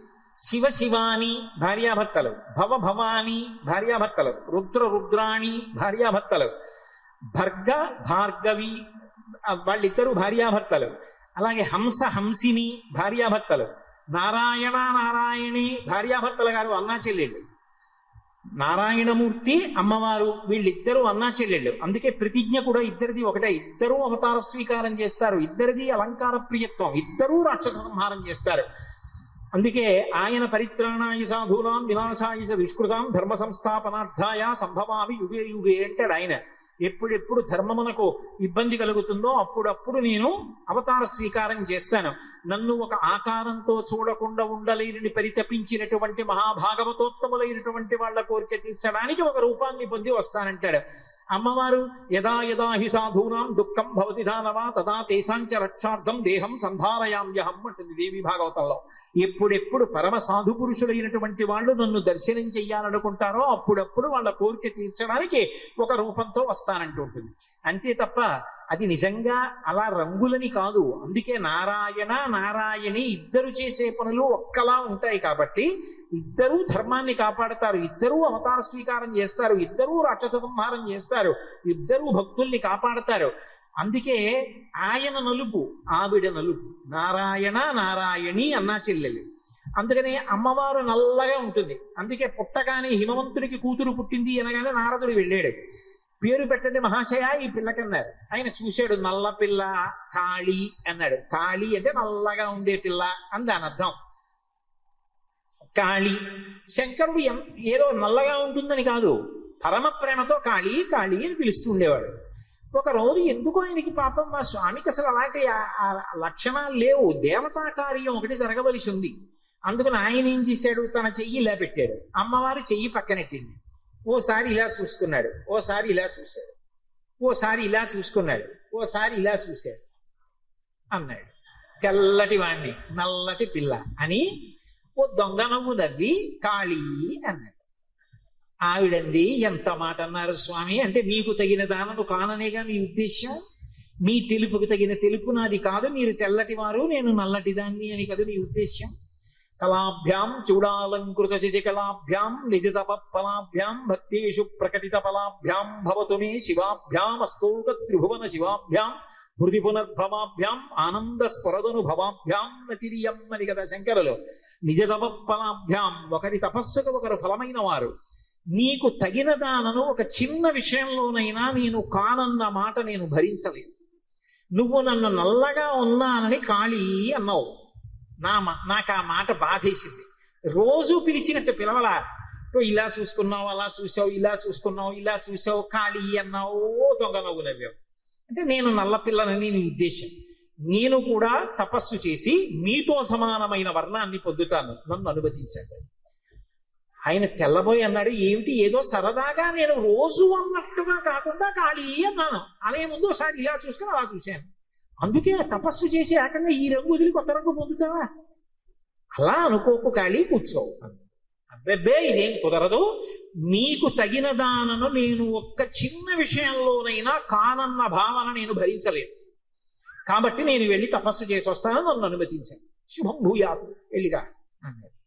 ఆవిడ బయలుదేరి ఆమె ఒకప్పుడు పర్వతరాజపుత్రి పార్వతిగా ఎక్కడ కూర్చుని తపస్సు చేసిందో శివుడి కోసం, అక్కడే తపస్సు చేయడానికి వెళ్ళి కూర్చొని ఒక ఆశ్రమ ప్రాంగణాన్ని నిర్మించుకుంది. చెలికత్తెలందరూ కాపలా కాస్తున్నారు.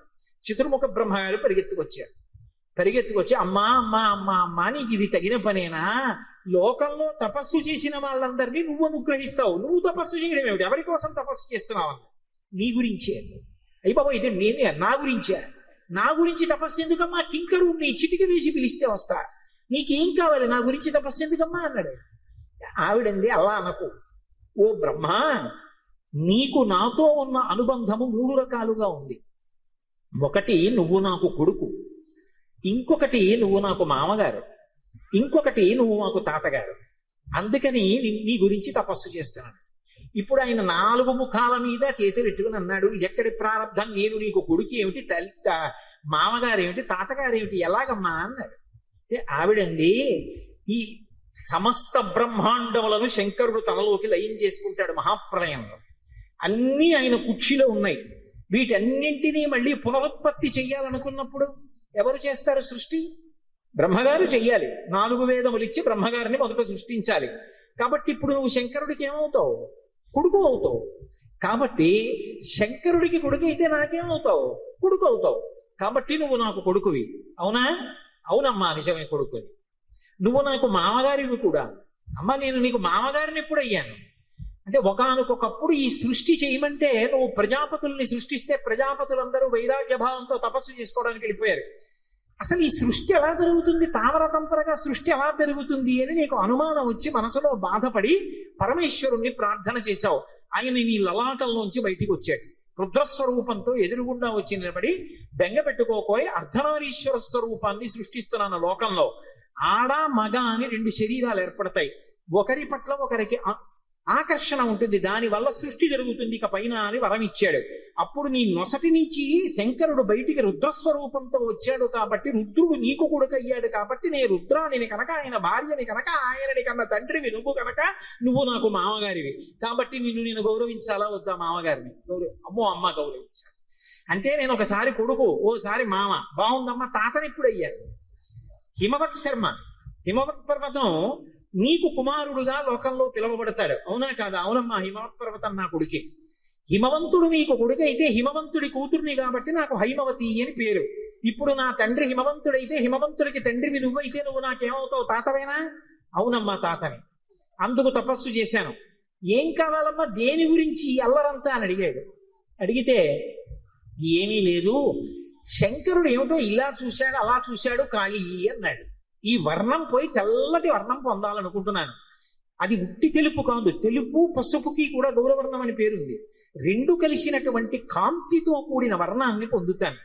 శంకరుడు చూసి అబ్బా అనాలి. అటువంటి పేరు రావాలి. గౌరీ, గౌరవర్ణంతో గౌరీనై వెళ్ళి ఆయన పక్కన కూర్చుంటానని. అమ్మా, దానికి నన్ను అడగడం ఎందుకమ్మా? మరి సృష్టికర్తవి నువ్వు కదా. ఈ నల్ల తొడుగు తీసి తెల్ల తొడుగు ఎక్కించండి. ఆయన అన్నాడమ్మా, నీ విషయంలో చెయ్యగలిగిన వాణ్ణి కాను. శంకరుడు ఎందుకు నీ వంక తిరిగి కాళీ అన్నాడో నాకు ఇప్పుడు అర్థమైంది. శుంభ విశుంభులని 2 రాక్షసులు పుట్టారు. వాళ్ళు వరం అడిగారు నన్ను తపస్సు చేసి.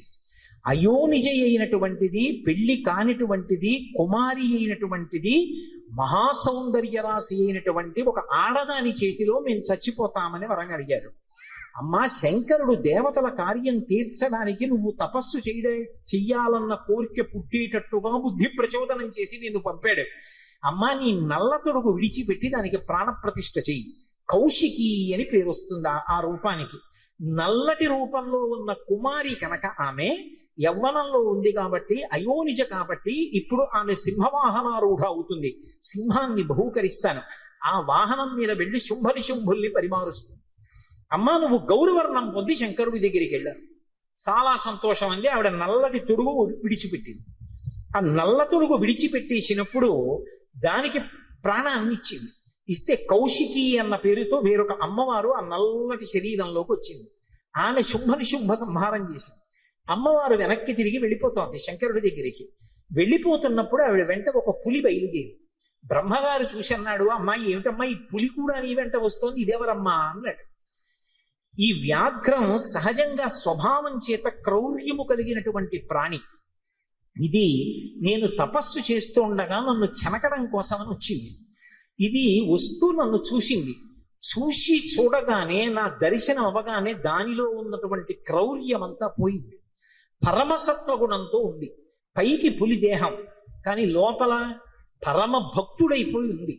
నన్ను విడిచిపెట్టి ఉండలేక నా వెంట వచ్చేస్తోంది. రాణి ఇది ఇన్నాళ్ళు నా ఆశ్రమాన్ని కాపాడింది. అది కూడా వెళ్ళింది. అమ్మవారు అంతఃపురంలోకి వెళ్ళింది. పెద్ద పులి బయట కూర్చుంది. ఈవిడ లోపలికి వెళ్ళింది. శంకరుడి పక్కకి వెళ్ళి కూర్చుంది. పరమశివుడు ఇలా చూసి గౌరీ అన్నాడు. అబ్బా కాళీ అన్నందుకు ఇంత అల్లరా, ఇంత రంగు మార్చుకుని వచ్చావా అన్నాడు. కాదు అసలు మీరు ఎందుకు కాళీ అని పిలిచి పంపారో నాకు అర్థమైంది.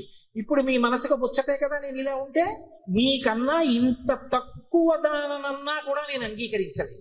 అందుకే ఆడపిల్ల పెళ్లి పీటలకి వెళ్లే ముందు గౌరీ పూజ మాత్రమే చేస్తుంది. కారణం ఏమిటో తెలుసా? అమ్మా నన్ను కన్నవారిని విడిచిపెట్టేస్తున్నాను, నా తోబుట్టువుల్ని విడిచిపెట్టేస్తున్నాను, నేను నివసించిన ఊరు విడిచిపెట్టేస్తున్నాను. మగవాడు అలా విడిచిపెట్టలేడు. నేను ఉన్న ఊరు విడిచిపెట్టి ఒక్క 4 రోజులు ఇంకో ఊరు వెళ్ళి ఉపన్యాసం చెప్పాను అనుకోండి, నాకు బ్రహ్మరథం పట్టనివ్వండి. పాపం వాళ్ళేం తక్కువ చేయరు, ఎన్ని సౌకర్యాలు కల్పించనివ్వండి. ఏమిటో ఎప్పుడు వెళ్ళిపోతానో కాకినాడ అనిపిస్తుంది. ఏమిటి అక్కడికి వెళ్ళి ఏం చేస్తావు? పాపం వాళ్ళు నీకేమైనా తక్కువ చేశారా నీ ఇంట్లో కన్నా? ఏమీ లేదు, అన్నీ ఎక్కువే చేశారు. మరి ఎందుకు వెళ్ళిపోతానంటావు? అదో సంతోషం. మరి అది ఆడపిల్ల అయితే తల్లిని వదిలేస్తుంది, తండ్రిని వదిలేస్తుంది, తోబుట్టువులను వదిలిపెట్టేస్తుంది, ఉన్న ఊరు వదిలిపెట్టేస్తుంది, స్నేహితులను వదిలిపెట్టేస్తుంది, ఆఖరికి తన ఇంటి పేరు వదిలిపెట్టేస్తుంది, తన గోత్రం వదిలిపెట్టేస్తుంది. చిటికిని వేలు పట్టుకుని ముక్కు ముఖం తెలియనటువంటి వాడు భర్త అని వెళ్ళిపోతుంది. సముద్రాలు ఖండాలు దాటి వెళ్ళిపోతోంది. ఎక్కడికో ఆయనను ఒక్కడిని నమ్మి వెళ్ళిపోతోంది. ఆయన సంతోషంతో చిరునవ్వు నవ్వి పలకరించి ప్రేమతో మాట్లాడాడు అనుకోండి, ఎంత ఆనందమో, నిజంగా ఎంత సంతోషపడిపోతుందో. అదే భర్త కసురుకున్నాడు అనుకోండి, ఒక్క విషయం నా కర్మ కొద్దీ దొరికావు అన్నాడు అనుకోండి, అంతే ఆ మూలకెళ్ళి ఈ మూలకెళ్ళి కళ్ళొత్తుకుంటుంది. ఎంతమంది పొగడనివ్వండి, సంతోషం ఉండదు. ఆయన ఏదో అన్నాను లేవే గబుకు, అవునులేండి మనసులో మాట బయటకు వచ్చింది, మీ కర్మ కొద్దీ దొరికాను, మీకు తగిందాన్ని అయితే కదూ అంటుంది. ఆ మాట తట్టుకోలేదు ఆడది. అమ్మా జగదంబవైన నువ్వే పరమశివుడు ఒక్కసారి ఇలా చూసి కాళీ అంటే తట్టుకోలేకపోయావే. నేను సామాన్యమైన ఆడపిల్లని, తల్లిని తండ్రిని, ఉన్న ఊరిని, కన్నవాళ్ళని, ఇంటి పేరు, గోత్రం, స్నేహితులు, బంధువులు అందరినీ విడిచిపెట్టి వెళ్ళిపోతున్నాను. ఏ కష్టమైనా పర్వాలేదు, కానీ ఆయన మాత్రం ఎప్పుడూ నా వంక తిరిగి నాకు తగిన దానము కావన్న మాట నన్ను అనకుండా చూడమ్మా, ఆయన ప్రేమ నా యందు నిలబడేటట్టు చూడమ్మా అని గౌరీ పూజ చేస్తుంది. అందుకే గౌరీ పూజ చేసేటప్పుడు అంత భక్తితో చేయించాలి తప్ప అది తీసుకెళ్ళి ఏదో అక్కర్లేని క్రతువు చేసినట్టు కళ్యాణ మండపం మొత్తం మీద ఎక్కడ చిన్న గది ఉంటుందో ఆ చిన్న గదిలోకి తీసుకెళ్లి కూర్చోపెట్టి అక్కడ గౌరీ పూజ చేయిస్తాడు నాబోటిగాడు. అసలు ఎక్కడ కోడలుగా తీసుకుంటాడు మామగారు? అక్కడికి వెడతాడు, అక్కడ చెప్తారు ప్రవర, 2 వైపుల ప్రవర చెప్పి ఈమెని నా కోడలుగా స్వీకరిస్తున్నానని చెప్పేవాడు ఎవరంటే మామగారు చెప్తాడు. చెప్పే వరకు పెళ్లిపేట్ల మీదకి రావడానికి వీల్లేదు. అటువంటి గౌరీ పూజ చక్కగా అందంగా జరగాలి. ఏ మామగారు కోడల్ని ఇంటికి తెచ్చుకుంటున్నాడో ఆమె తన ఇంటి లక్ష్మి. ఆ కోడలు గౌరీ పూజ చేస్తూ ఉంటే పువ్వులు ఫలాలు అన్ని మామగారు బహూకరించాలి. అమ్మ బాగా చేసిరా మా ఇంటికి కోడలుగా అని. అలా గౌరీ పూజ ఎందుకు చేస్తుంది అంటే తన భర్తతో అరమరిక రాకూడదని. కాబట్టి ఆ తల్లి, మళ్ళీ కథలోకి రండి, వచ్చి తల్లి గౌరీదేవి శంకరుడి పక్కన కూర్చుంది. శంకరుడు సంతోషించాడు, ఇద్దరివి ముచ్చట్లయిపోయాయి, లోపల కడుతున్నారు. అమ్మవారంది, స్వామి స్వామి మీరు ఒక్క ప్రాణిని అనుగ్రహించాలి. ఎవరు పార్వతి అన్నాడు. ఏమి తెలియనట్టు మాట్లాడతాడు, తెలియనివాడు కాడు. పిలిచింది. ఆ వ్యాఘ్రము బయలుదేరి వచ్చింది. వచ్చి 2 కాళ్ళు చాపి శంకరుడికి నమస్కరించింది. ఏడు పెద్ద పులిని పట్టుకొచ్చాయేమిటి, తపస్సుకి వెళ్ళన్నాడు. స్వామి, ఇది ఒకనాడు నన్ను చెనకడానికి వచ్చింది, కానీ నా దర్శనం చేసింది. చేసి చెయ్యగానే దానిలో కొన్ని కోట్ల జన్మల నుంచి వస్తున్నటువంటి రజోగుణ తమోగుణములు అణిగిపోయి పరమ సత్వంతో సాధుప్రాణిగా జీవిస్తోంది. నా ఆశ్రమాన్నంతటినీ కూడా రక్షించింది తపస్సు చేసుకునేటప్పుడు. అందుకే దీనికి ద్వారపాలక పదవిని అపేక్షిస్తున్నాను. గణాధిపత్యం ఇచ్చి ద్వారపాలకుడిగా ఈ పెద్ద పులిని కూర్చోపెట్టండి అని అడిగింది. శంకరుడు ప్రసన్నుడయ్యాడు. అందుకే మూకశంకరులు మూక పంచశతి చేస్తూ ఒక మాట అంటారు. జింతోస్తవ పద పూజన సంతోష తరంగితస్య కామాక్షి జింతో యది భవతి పునః సింధోరంభస్సు భ్రమీతి శిలా అంటారు. ఒక్కసారి జీవితంలో అమ్మవారి పాదములు పట్టుకొని సంతోష తరంగములు మనసులో కదిలేటట్టుగా అర్చన చేసినటువంటి వాడు ఎవరైనా సరే, మళ్ళీ వాడు పుట్టడం అనేటటువంటిది సంభవించింది అంటే పెద్ద నదిలో బండరాయి ఒకటి పైకి తేలడంతో సమానం. బండరాయి ఎక్కడైనా నదిలో పైకి తేలుతుందా? మునిగిపోతుంది. ఒక్క రామప్ప దేవాలయం కట్టిన ఇటకలు మాత్రమే నీళ్లలో మునగవు, తేలుతాయి. అది ఎలా అన్నది ఇప్పటికీ తెలియదు.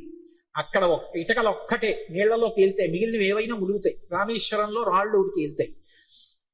కానీ అమ్మవారి పాదములు పట్టి ఒక్కసారైనా సరే సంతోష తరంగితస్య కామాక్షి, ఆ తల్లి పాదములను అర్చన చేసినప్పుడు అమ్మవారి పాదములు కనపడి ఆనంద తన్మయత్వంతో ఆనంద పులకాంకురములు లేచేటట్టుగా ఒక్కసారైనా పూజ చేసినటువంటి వాడు మళ్ళీ పుట్టడం అన్నది జరిగితే నీటి మీద బండరాయి తేలినట్టే.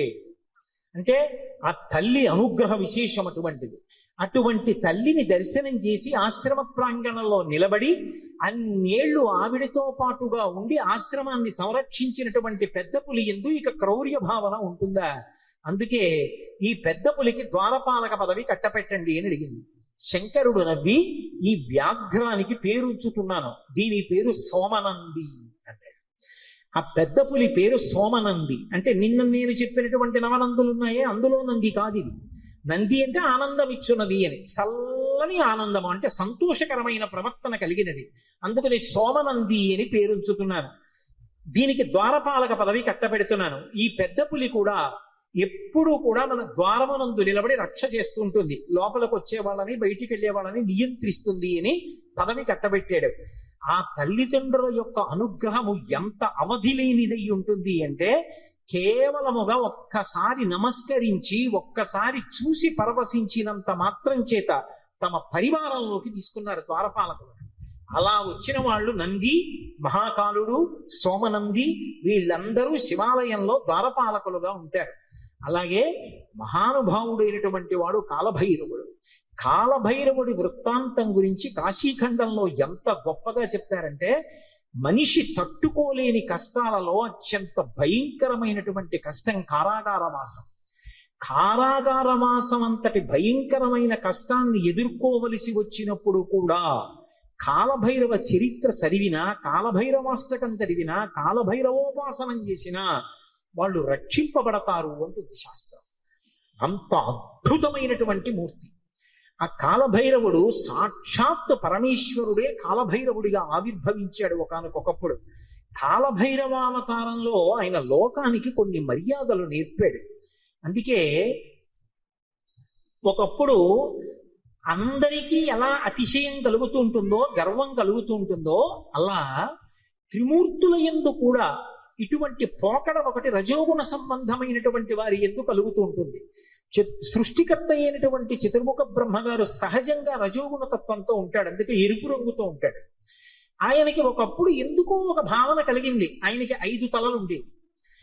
నాకు 5 తలలు, పరమశివుడికి 5 తలలు, సద్యోజాత అఘోర తత్పురుష వామదేవ ఈశానములని 5 తలలైంది. నాకు 5 తలలు, నాకంటే బ్రహ్మగారికి 5 తలలు. నాకు శంకరుడికి ఏం తేడా? మేమిద్దరం సమానం, నేనే సృష్టిలో అధికుడు అని వేదములను పిలిచి అడిగాడు. నేనా కాదా అన్నాడు.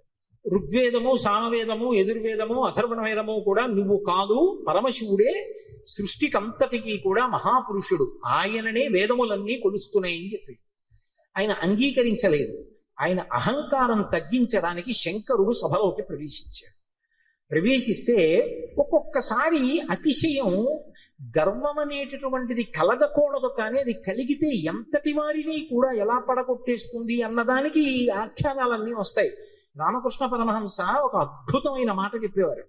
ఒకప్పుడు ఒక మహారాజు గారు ఒక భద్రగజం మీద ఎక్కి వస్తున్నాడు. భద్రగజం అంటే ఎంత ఉంటుంది? గురువాయూరులో రాత్రి కృష్ణుడి ఆలయం చుట్టూ ప్రదక్షిణం చేస్తాయి ఏనుగులు, అందులో భద్రగజాలు వస్తాయి. భద్ర అనే జాతికి చెందినటువంటి ఏనుగులు. అసలు ఆ ఏనుగుని చూస్తే ఓ పెద్ద కొండ శిఖరం నడిచి వెడుతున్నట్టు ఉంటుంది. వచ్చి వరుస క్రమంలో నిలబడతాయి గుడి చుట్టూ. అది ఎక్కాలంటే నిచ్చెన వేసుకుని ఎక్కాలి. కానీ ఎంత క్రమశిక్షణగా ఉంటాయంటే దాని కుంభస్థలం మీద కృష్ణ పరమాత్మ విగ్రహం పెడతారు. పెట్టి అర్చకుడు ఎక్కడానికి వచ్చినప్పుడు అది కాలు చాపి ఈ సంధి భాగం బయటికి వచ్చేటట్టుగా, ఎముక పైకి వచ్చేటట్టుగా ఉంచుతుంది. ఉంచి తల ఇలా పెడుతుంది. పరిగెత్తుకుంటూ వచ్చి అర్చకుడు దాని చెవి పట్టుకుని ఈ సంధి భాగమునందు ఎగిరి కాలు పెట్టి మెట్లెక్కినట్టుగా దాని శరీరం మీద ఎక్కేసి కుంభస్థలం మీద కూర్చుంటాడు. అంతెత్తునుంటుంది భద్రగజం. అది దగ్గర నుంచి వెడుతూ ఉంటేనే ఉద్విగ్నత కలుగుతుంది. అటువంటి భద్రగజం ఎలా ఉంటుందో అంత ఎత్తున ఉండేటటువంటి స్వరూపమైతే భద్రగజంలా నడుస్తున్నాడు రా అంటారు. అలా మహానుభావుడు సాక్షాత్తు శంకరుడు సభలోకి ప్రవేశించాడు. ప్రవేశించి ఆయన నిలబడ్డాడు. బ్రహ్మగారు చూసి అతిశయంతో ఉన్నాడు కదూ. నేను అతిశయం అన్న మాట గురించి కదూ మీతో మనవి చేస్తున్నా. అటువంటి భద్రగజం మీద మహారాజు గారు వెళ్ళిపోతున్నారు. నేను వదిలేసింది ఎక్కడో అక్కడ పట్టుకోవాలి. నేను ఎక్కడ చెప్తున్నాను? రామకృష్ణ పరమహంస ఉపాఖ్యానం చెప్తున్నాను. ఒక మహారాజు అటువంటి భద్రగజం మీద వెళ్ళిపోతున్నాడు రాజవీధిలో.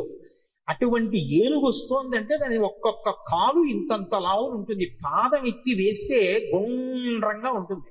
ఏ ప్రాణైనా అణిగిపోతుంది. అందుకని అన్ని పక్కలకు పోతాయి. అటువంటి ఏనుగు వస్తుంటే కన్నంలోంచి ఓ చిరుకప్ప ఒకటి పైకొచ్చి కప్ప కాలెత్తింది. కాలెత్తి చెయ్యి బుద్ధి లేని ఏనుగా పక్కకు పో. ఆశ్చర్యపోయారు రామకృష్ణ పరమహంస, శిష్యులు నిలబడి ఉన్నారు అక్కడ. వాళ్ళకి సిద్ధులు ఉన్నాయి. ఆ శిష్యుడు చూసి గురువు గారి వంక తిరిగి అన్నాడు, హే బ్రహ్మన్, ఒక భద్రగజం వస్తోంది, దాని మీద మహారాజు వస్తున్నాడు. ఒక కప్ప కన్నంలోంచి బయటికి వచ్చి ఏనుగు మీద కాలెత్తి పక్కకు పోతావా పోవా అంటోంది. దీనికి బుద్ధిహీనత, అతిశయమా? ఎందుకు ఇలా కాలెత్తిందని అడిగారు. అడిగితే పరమహంస ఒక్క నిమిషం కళ్ళు మూసుకుని కళ్ళు తెరిచి అన్నారు, ఇవాళ సాయంకాలం ఈ రహదారి మించి ఒక జేబుకి చిల్లు ఉన్నటువంటి లాల్చీ వేసుకున్న వ్యక్తి వెళ్ళాడు. ఆయన జేబులో 4 పావలాకాసులు ఉన్నాయి. పావలాకాసు చిన్నగా గుండ్రగా ఉంటుంది కదూ. ఆ కన్నంలోంచి జారి పావలాకాసు కింద పడింది. కింద పడిన పావలాకాసు దుల్లుకుంటూ ఆ కన్నంలోకి వెళ్ళింది. కన్నంలో కప్ప ఉంది. కప్పకి పావలాకాసు దొరికింది. ఇప్పుడు కప్ప దగ్గర పావలా ఉంది కదూ, ఏనుగు మీద కాలెత్తి. పావలా ఉన్న కప్ప ఏనుగు మీద కాలెత్తితే అన్నీ ఉన్నాయనుకున్న నాబోటిగాడు విర్రవీగితే అందులో అతిశయం ఎంత విచిత్రమైన లక్షణాన్ని కల్పిస్తుందో చూడండి. బ్రహ్మగారి అంతటి వాడికి ఒకప్పుడు ఈ ఆవేశం వచ్చింది. ఎందుకు అంటే తలల సంఖ్య లెక్క పెట్టాడు. నాకు 5, నీకు 5. ఇదే బ్రహ్మగారి కౌశికీ వృత్తాంతంలో పార్వతీదేవి దగ్గర అంత వినయంతో మాట్లాడాడు. ఒకనాడు నా నొసటి నుంచి పైకి వచ్చావు, నాకు పుత్రసముడివి, నా కాళ్ళు పట్టుకు నమస్కరించు, ఆశీర్వదిస్తా అన్నాడు. శంకరుడు చూశాడు, ఓహో చాలా ఉద్ధతితో ఉన్నాడు, అహంకారంతో ఉన్నాడు. నాకు 5 తలలు, తనకు 5 తలలు అనుకుంటున్నాడు. కానీ నా 5 తలల వెనక ఒక తత్వం ఉంది. అది తూర్పుకి తిరిగి ఉన్నటువంటి తలని తత్పురుష ముఖం అంటారు, దక్షిణానికి ఉంటే అఘోర ముఖం అంటారు, పశ్చిమానికి ఉంటే సజ్జోజాతం అంటారు, ఉత్తరానికి ఉంటే వామదేవం అంటారు, పైకుంటే ఈశానం అంటారు. ఈ పంచభూతముల మీద, మోక్షం మీద అధికారం కలిగి ఉంటాడు 5 ముఖాలతో. ఖట్మండులో ఉంటుంది 5 తలలతో ఆ శివలింగం. నాతో సమానుడు అనుకుంటున్నాడు ఈ బ్రహ్మగారు. ఆయన బ్రహ్మమస్తకామళి నిబద్ధతే నమః శివాయ అని పేరు. ఈ సృష్టి అంతా కూడా కల్పాంతం అయిపోయినప్పుడు బ్రహ్మగారు పడిపోతాడు. పడిపోతే చూస్తాట శంకరుడు, అయ్యో పాపం, మొట్టమొదట పుట్టాడు అందరికన్నా, వేదములు ఇచ్చి సృష్టి చెయ్యమన్నాను, ఈయన కూడా బొత్తిగా ఇలా శ్మశానంలో పడిపోతే ఏం బాగుంటుంది, ఈయనకు మంచి స్థానం ఇద్దామని చెప్పి ఆ పుర్రి తీసి ఓ తడపలో గుచ్చుకుని మెళ్ళో వేసుకుంటాడు. ఆయనకి చేతకాక కాదు, ఓ బంగారం గొలుసు చేయించి ఇచ్చేవాళ్ళు లేక కాదు, బ్రహ్మగారిని గౌరవించడానికి ఓ పుర్రేసుకున్నాడు. ఇలా ఎంతమంది బ్రహ్మలు విడిపోయారో ఆ పుర్రెల మాల పెద్ద మాల అయింది. పునుకల పేరు కంఠమున భూరి భుజంగము భూషణంబుగా అనయము భస్మధారణము ఎద్రి నివాసము మేరు విల్లుగా అనుగుగా దంతి చర్మమును హస్తమునందు కపాల చోళముల్ పడిబడి దంతు శంకర కృపావర రూపమును ఆశ్రయించదన్నంటాడు. ఇప్పుడు అంతమంది బ్రహ్మల యొక్క పునుకలు ఆయన మెడలో హారంగా ఉంటాయి, అందుకేసుకుంటాడు పుర్రెలమాల. అరే, ఈ బ్రహ్మకి అతిశయం కలిగిందని తనలోంచి ఒక ప్రాణిని ఉత్పన్నం చేశాడు. భృంగి యొక్క అంశ, భృంగి యొక్క అవతారం భైరవుడు వచ్చినటువంటి వాడు. ఒక్కసారి పరమశివుని అంశతోటే భైరవుడు ఉత్పన్నమయ్యాడు. ఆ భైరవుడు ముమ్మూర్తుల పరమశివుడు ఎలాగే ఉంటాడో అలాగే ఉంటాడు. ఆయన వస్తూనే ఆ బ్రహ్మగారి యొక్క పైన ఉన్నటువంటి తలకాయని పెద్ద యుద్ధం చేయలేదు, ఇలా గిల్లేశాడు. లోకంలో చూడండి ఒక మాట అంటారు, అదే అలా గిల్లేస్తున్నాయిట్రా అంటారు. అన్నిటికన్నా తేలిక ఏమిటంటే గిల్లేయడం. అలా వెళ్ళిపోతే ఇలా గిల్లేసాడు అనుకోండి, తీరిపోతుంది అంతే. బాగా బలం ఉన్నవాడు ఏం చేస్తాడు, గిల్లుతూ ఉంటాడు. గిల్లి గజ్జాలు ఎట్టుకుంటాడు అంటారు. అందుకే గిల్లేయడం అంటే అంత తేలిక. యువతల వాడికి బలం ఎక్కువ ఉంటే బలం తక్కువ ఉన్నవాడిని గిల్లేస్తాడు. అందుకే బ్రహ్మగారి 5వ తలకాయని కష్టపడి తొలగతోశాడం లేదు, గిల్లేశాడు. శంకరాచార్యులు వారి సౌందర్యలహరిలో కూడా అలాగే రాశారు. అంత అందంగానూ రచన చేశారు. మృణాళీ మృద్వీనాం తవ భుజలతానాం చతసృణాం చతుర్భిః సౌందర్యం సరసిజ భవస్తౌతివదనైః నకేభ్యః సంత్రస్సన్ ప్రథమమథనాదం దకరిపూః చతుర్ణాం శీర్షాణాం సమమభయ హస్తార్పణ ధియా అన్నారు. శంకరులకు శంకరులే చెల్లు. అహంకరించాడని కాలభైరవుడు ఓ తలకాయ గిల్లేశాడు. ఏమండి, ఇప్పుడు నేను ఇలా పట్టుకుని ఇలా గిల్లేశాను అనుకోండి, ఆ మిగిలిన పువ్వు ఏమనుకుంటుంది, దాన్ని ఒకదాన్ని గిల్లేండి నా జోలికి రాడనుకుంటుందా? ఏమో ఇలా అన్నవాడు మళ్ళీ ఇలా అంటే అది ఉడికిపోతే మళ్ళీ వచ్చేస్తుందేమో చెయ్యని. ఇప్పుడు ఇలా అన్నవాడు మళ్ళీ ఇంకోటి ఇలా అంటే 3 ఉంటాయి ఇంకా. అందుకని ఆయన ఏం చేశాడంటేట, బ్రహ్మగారు ఒక తలకాయ గిల్లేయగానే ఇంకా 4 తలకాయలు మిగిలాయి. అమ్మవారి వంక చూశాట. అమ్మవారు 4 చేతులతో ఉంటుంది కదా. అమ్మా, నేను తామర పువ్వులోంచి పుట్టాను, నీ చేతులు తామర పువ్వుల్లో ఉంటాయి కాబట్టి మన ఇద్దరికి ఓ బంధుత్వం ఉంది. అమ్మా, నా 4 తలకాయలు తామర పువ్వులు లాంటి నీ చేతుల కింద పెడతాను, కాపాడమ్మా అని 4 తలకాయలు గబగబా పెట్టి అమ్మవారు 4 చేతుల కింద పెట్టేటప్పటికి మళ్ళీ గిల్లుదామని చూశాడు. పైన అమ్మవారి చెయ్యి ఉంది, నవ్వి ఊరుకున్నాడు. అలా అమ్మా, నీ చేతులు పెట్టుండకపోతే బ్రహ్మగారి తలకాయలు ఉండేవో ఉండకపోను. ఏమో గిల్లేసిన వాడు ఓటు గిల్లుతాడు నమ్మకం. కాబట్టి నకేభ్యః సంత్రస్సన్ గోటితో గిల్లేశాడంతే. కాలభైరవుడంటే అంతటి ప్రచండ శక్తి స్వరూపం. కాశీఖండంలో ఆయన గురించి ఒక అద్భుతమైనటువంటి విశేషం చెప్తారు. అజుండు తాను అధికుండుననుచు గర్వింప కరనఖాగ్రమునత చిరము త్రుంచి సాకారయకు బ్రహ్మహత్యతో చనుదేరి సర్వలోకంబులు సంచరించి వైకుంఠమునకేగి రమా వైకుంఠులర్చించ అమృతభిక్షాశనం అరగించి కాశికానగర కంఠోపదేశంబున పగలవైచకరంపు బ్రహ్మపునుక ఆధిపత్యంబు పొందె కామారి చేత పురియవైచిన చోట కపురము చేసి కాశికాపురమునకు 7 గడయు చూపే క్రోధభైరవ దేవుండు కుంభజన్మ అంటారు. ఆయన బ్రహ్మగారి తలకై తుంపేశాడు. తుంపేస్తే ఆయన బ్రహ్మగారు బ్రహ్మహత్యాపాతకం వచ్చింది. పరమశివుడికి బ్రహ్మహత్యాపాతకం ఉంటుందా? ఆయన విధికి నిషేధానికి అతీతుడు. కానీ లోకంలో శివుడే చేశాడు కదా, మేమెందుకు చెయ్యకూడదని రేపు పొద్దున్న తెలియక జనులు బ్రహ్మహత్యాదోషం చేస్తే కట్టి కుడిపేస్తుంది. అందుకని దాని పాపం ఎంత కఠినంగా ఉంటుందో చూపించడానికి తాను బ్రహ్మహత్యాపాతకం పోగొట్టుకోవడానికి చెయ్యవలసిన ప్రాయశ్చిత్తాన్ని చేసి చూపించాడు. ఆ తల వచ్చి అంటుకుంది పుర్రె. ఆ చేతికి అంటుకున్న పుర్రెతోటి కపాల భిక్ష అందరినీ భిక్షాటన చేస్తూ లోకములన్నీ తిరిగాడు. తిరిగి ఒక రోజున వైకుంఠానికి వెళ్ళాడు. అబ్బా, ఇటువంటి అతిథి ఎక్కడ దొరుకుతాడు? ఊరక రారు మహాత్ములు మా రథముల ఇండ్ల కడకు వచ్చుటెల్లన్ కారణము మంగళములకు మీరొచ్చుట శుభమాకు నిజము మహాత్మా అంటాడు నందుడు గొర్గుడు వస్తే దశమస్కంధంలో. అలా గబగబా పరిగెత్తుకొచ్చి లోపలికి పిలిచి శ్రీమన్నారాయణుడు లక్ష్మీదేవి కూర్చోపెట్టి ఆయనకి ఆతిథ్యం ఇచ్చారు. ఆ ఆతిథ్యం ఇచ్చినప్పుడు ఏదో లౌకికంగా ఉండినటువంటి అన్నం పెట్టలేదు, భిక్షాన్నంగా ఏం పెట్టారంటే మనోరథము అనబడేటటువంటి ఒక అద్భుతమైనటువంటి అమృతం ఉంటుంది. అది ఒక్క వైకుంఠంలో వాళ్ళ దగ్గరే ఉంటుంది. ఆ అమృత రసాన్ని పెట్టారు. పెడితే ఆ అమృత పాయసం ఆరగించి లక్ష్మి విష్ణువుల చేత అర్చింపబడిన వాడై బయలుదేరాడు. అన్ని లోకాలు తిరిగి తిరిగి తిరిగి తిరిగి కాశీ పట్టణానికి వచ్చాడు. కాశీ పట్టణంలోకి ప్రవేశించగానే చేతికున్నటువంటి బ్రహ్మకపాలం ఊడి కింద పడి బద్దలైంది. అంటే కాశీ పట్టణం అంత గొప్ప పట్టణం. అందులోకి వెళ్ళగానే బ్రహ్మహత్య పోయింది. అప్పుడు ఆ లోపలికి వెళ్ళిన తర్వాత శంకరుడు బయలుదేరి వచ్చి ఈ కాశీ పట్టణానికి అంతటికీ నిన్ను అధిపతిగా అభిషేకం చేస్తున్నానని కాలభైరవుణ్ణి కాశీ పట్టణానికి పట్టాభిషిక్తుణ్ణి చేశాడు సంరక్షకుడుగా. ఆధిపత్యంబు పొందే కామారి చేత అంత అద్భుత రూపాన్ని పొందాడు. భైరవ అంటారు. భైరవ అంటే కుక్కకి భైరవ అని పేరు. ఎందుకంటే భయ్య నరుస్తుంది కాబట్టి, రవము అంటే శబ్దము, భయ్య నరిచి మీద పడుతుంది కాబట్టి భైరవ అంటే కుక్క. భైరవుడు వచ్చాడంటారు.